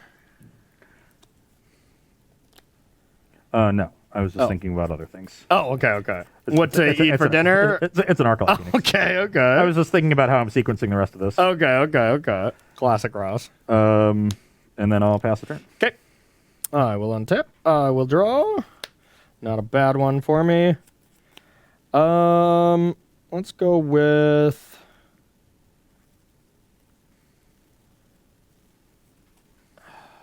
I'm just going to play a land and Thoughtseize You.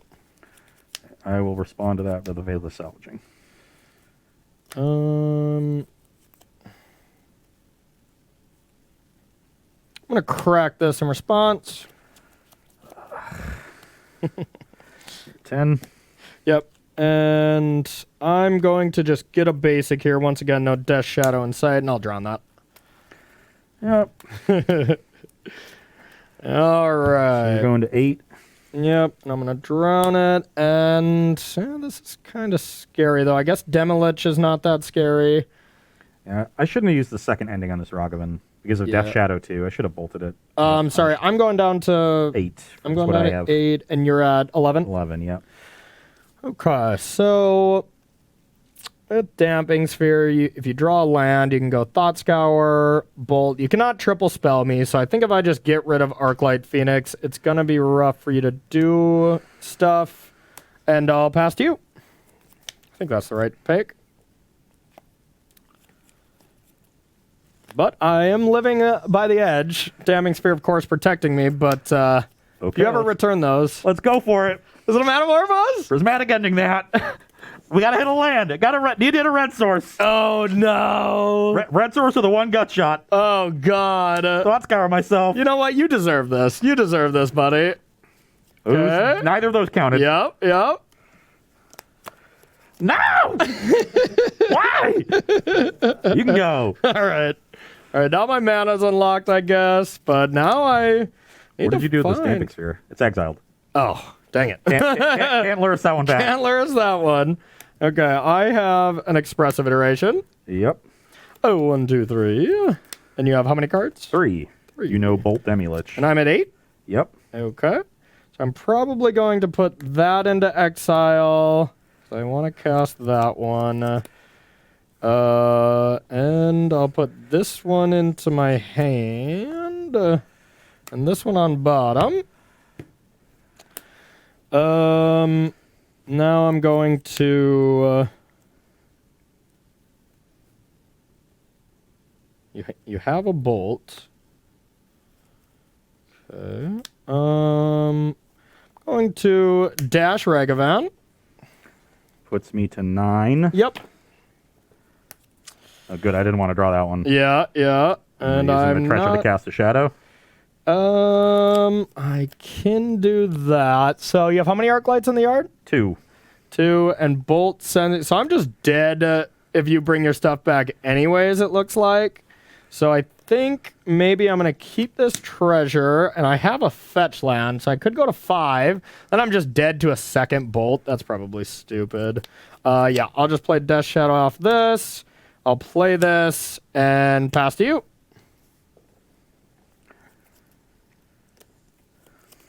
I'm at 9. Yep. Drum roll. I will cast Consider. Oh, no. That's not good. That resolves. Put Arclight Phoenix in the graveyard. Okay. I will cast Serum Visions. You win the game. Had the other bolt. Oh, you did have Didn't it. have a second red source. Okay. Well, yeah, you got lucky because I was going to win if you didn't hit blue spell into blue spell, you know? I could have also drawn Manamorphose. Yeah. Make 2 red. Yeah, you needed to, I needed running cantrips or a Manamorphose. All right, well, can't- GG. GG. Yeah, never found the second piece of hate or another discard spell after you got Damping Sphere, but that was a nice kind of wild fashion for you to win that last game. Yeah, just triple Phoenix you. Yeah, you deserved it. Bolt, put you to 5. Yeah. Yeah, that's pretty good. That's pretty good. Add some more burn on top, I guess. There's the birds. Well, Finally. I did not get to cast a Demi-Lich. You cast more Demi-Liches than I did. that is pretty awesome, I must say. I did get to attack with a Demi-Lich for the win. The only Demi-Lich of the show. That feels pretty good, I must say. All right. Well, yeah, I suppose that's bringing us to the end of the show. Any big takeaways? I narrowly beat you, but they were close. All our matches were pretty close. Yeah, and I think my takeaway is that Mending is a good card, but the main difference between it and Looting, that 1 extra mana takes away a lot of explosiveness. Yeah. So it's a good card for giving you consistency, enabling powerful turns from the graveyard. Yeah. So this turn is explosive, or this deck, especially the Phoenix deck, is explosive, but not on turns 2 and 3. Yeah. It's turn 4 and 5. You can really turn things around and cast, 3 Demi-Liches and recur 2 Phoenixes, because with salvagings and mendings and scours and considers, you really tear through your deck even more than the previous iteration of Is It Phoenix did a few years ago. Those salvagings, I was putting in a high equity on countering. Yeah. No, they're impressively good in the deck. Yep. I think that's one of the cards that people look at and they think, oh, we have Mending, we don't really need salvaging. But with the way the deck is set up to take advantage of Demi-Lich, it really benefits from having those extra enablers for the graveyard. So there's only 8 threats in the deck. There's a lot of good removal, and the rest of the deck is just cantrips. It's literally 24 cards that draw an extra card or 2 in a 60-card deck. So you get through your deck really, really quickly. You get those double, triple Phoenix turns, double, triple Demi-Lich turns quite often, but they happen on turn 5 or 6.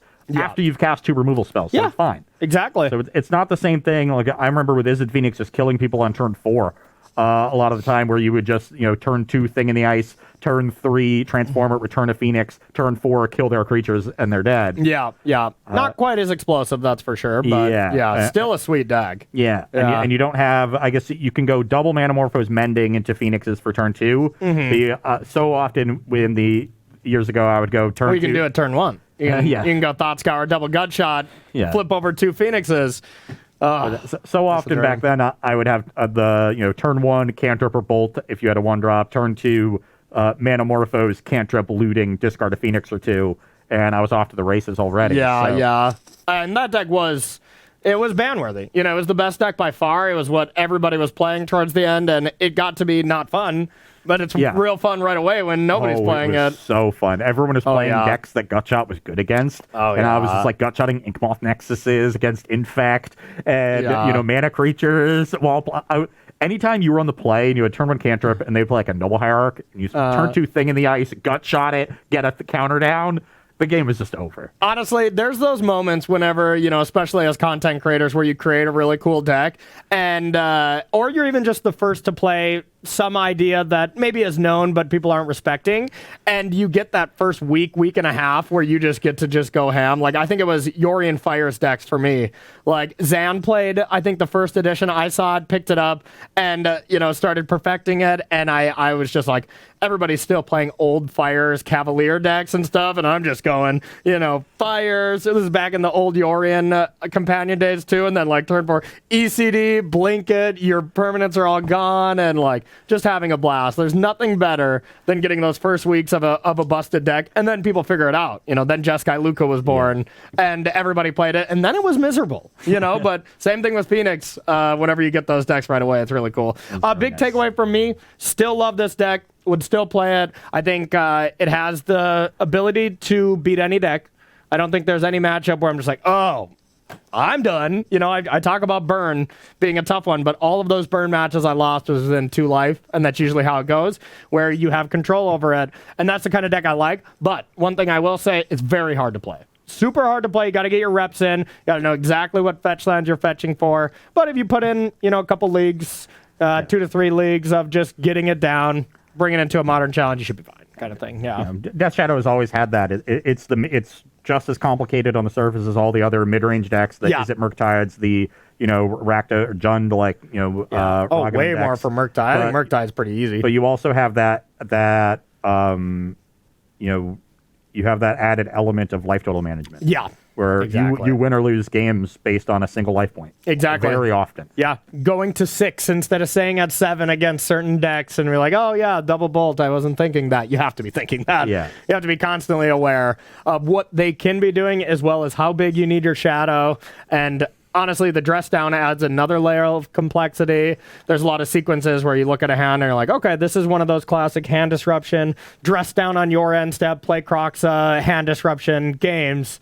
Or, or something completely different. You really got to just know the lines of the deck. But when you do, it's really awesome and really explosive. Yeah, so very versatile. Yeah, I'll still definitely be playing it. I think I wanted to selfishly play this matchup as a little bit of testing. To be like, do I need that second surgical? And I didn't feel like... I think you're an above-average player playing the deck, of course, and I didn't feel like I needed that surgical to survive, so I think I can keep with one and leave one Dragon's Claw, but... Yeah. No, this matchup has always been difficult because you have a lot of really good threats and a lot of good disruption, so you've never really needed a ton of sideboard hate. I think this is a matchup where I get a little punished for being threat light. Yeah. Especially when you have the graveyard hate post sideboard. But yeah, on paper, it shouldn't be a bad matchup. I think it's actually better than it used to be. Grixis Shadow used to be one of the decks I really feared because you just didn't have good removal. So prismatic ending is a really big gain on the side of the Jeskai Phoenix deck. Yeah. But you still have that same ability to just disrupt you on multiple angles and apply pressure at the same time that you mentioned earlier. Yep. Nope. But either way, pretty sweet modern show. I luckily got both shows this week when I started down the first match. That's not easy to do. So I'll take them when I can get them. Came down to that game one of this match when I didn't hit. I sort of hit in game 3, so it's hard to ask for both, but I wanted both. Yeah, he wanted both. Ross always wants both. So, all right, we are going to thank some subs, we're going to thank some sponsors, and we're going to head out of here. What do we got over there? Oh, let's see here. We got Niv Biscuits subscribing for Niv Biscuit. Is that a play on Niv Mizzet and Limp Biscuit? That's what I was thinking. Okay. That's it's a good name. That's a vibe. That's a vibe. Yeah, I love it. Choice 19 also sub for a month. Thank you very much. And then Awesome. we had God of Metagame using their Prime sub. So thank all 3 of you very much. Thank you for that support. And if you'd like to support Star City Games in another way, you can join SCG Premium. $7.99 a month will get you access to exclusive content from our wonderful staff of content creators, as well as 5% off of sealed product, 10% off of singles, and 15% off of supplies. So head on over to starcitygames.com/join-premium and sign up today. Absolutely, and I even think Todd just posted a Faithful Mending article too. If you want a little bit more insight into these style of decks, if you're just like Ross and you like these kind of graveyard centric, I believe decks. this article is specifically focused on Jeskai Phoenix. Oh, even better. I mean, I think that is the best deck out of all of them. Wouldn't you agree? I agree it's the best one. The one I was most impressed relative to my expectation was Dredge. Yeah. Though I think it had the easiest matchup as well. Yeah, I was playing a lot of standard cards. But the dredge deck, that much play from the graveyard gives you so much consistency. It lets you mulligan more aggressively, knowing that the one enabler will lead to a second, which will lead to a third. Yeah. It lets you build the deck in a way that you have more dredgers because you know your enablers count as 2. So I think there's some potential there. My question is, though, and we're kind of wrapping up the show, so I don't want to go too deep into it, but it reminds me a lot of Living End, and I think Living End is more relevant and a little bit more consistent and a little bit better, personally, right now in that dredge vein. And, like, Nassif just won the challenge this last weekend with a Living End again, and he constantly, he ebb and flows with that deck very correctly. Like, it's all of a sudden people are kind of ignoring graveyard hate. They maybe cut that second lantern from their board. Living End time, he usually crushes the tournament. When you call it right, it's the same as dredge, where it's a good metagame call. So I think they're similar there, where I just think Living End's a little bit better. What do you think?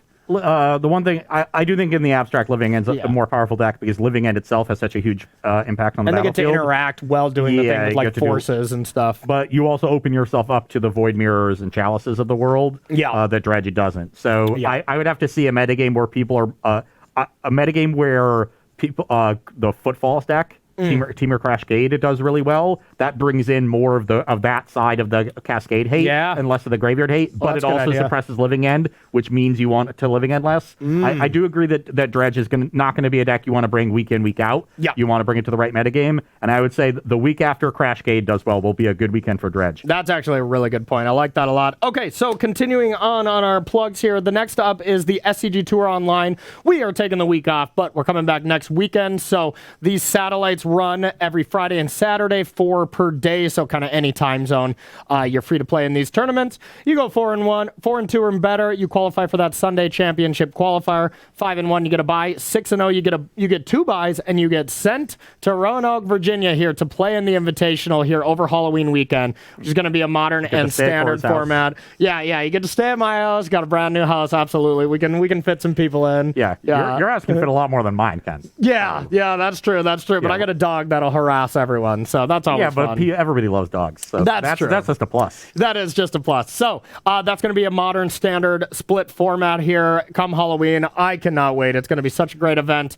And my mind went blank for a second. Oh, yeah, of course. And if you want to find out more information on that, you go to starcitygames.com/SCG Tour Online if you want to play in some of those. Yeah, and if you want to pick up some new cards to play with, in Modern and Standard, prepare for tournaments because they're coming back slowly but surely. Maybe you want to update that collection, sell some of the cards you're not using, and Star City Games is always buying cards. The process has never been easier because there's so many ways to do it. You can use the buy list feature on the website. You can mail your cards into SCG and let them do the work for you. You can make an appointment and come into the store to do your business in person. And if your collection is big enough, you can make that appointment and have Star City Games come to you. So pick whichever works best for your situation. And do keep in mind that when selling cards to SCG, if you're trading them in for store credit, you'll get a 30% bonus. Absolutely. And with all that bonus money you got back, you might as well pre-order some of these new cards.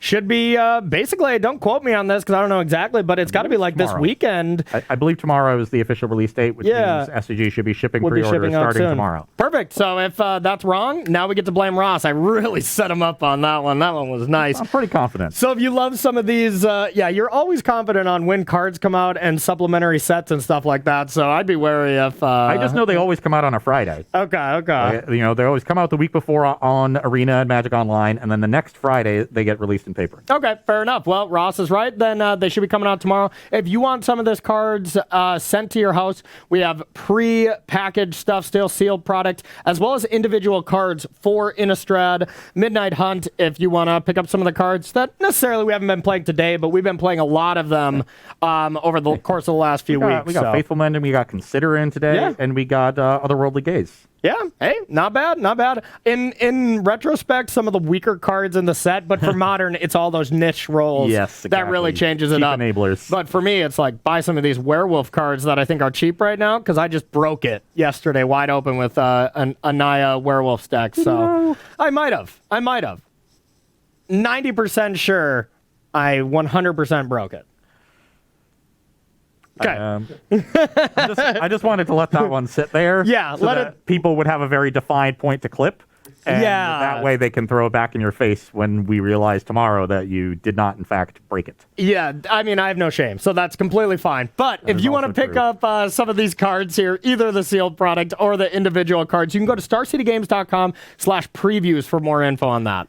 We'd also like to thank our sponsor, Coalesce Apparel. If you like the shirts that we wear, you can find their entire collection of t-shirts, hoodies, and stickers at coalesceapparel.shop. And be sure to use the gift code SCG when checking out to get 10% off of your purchase there.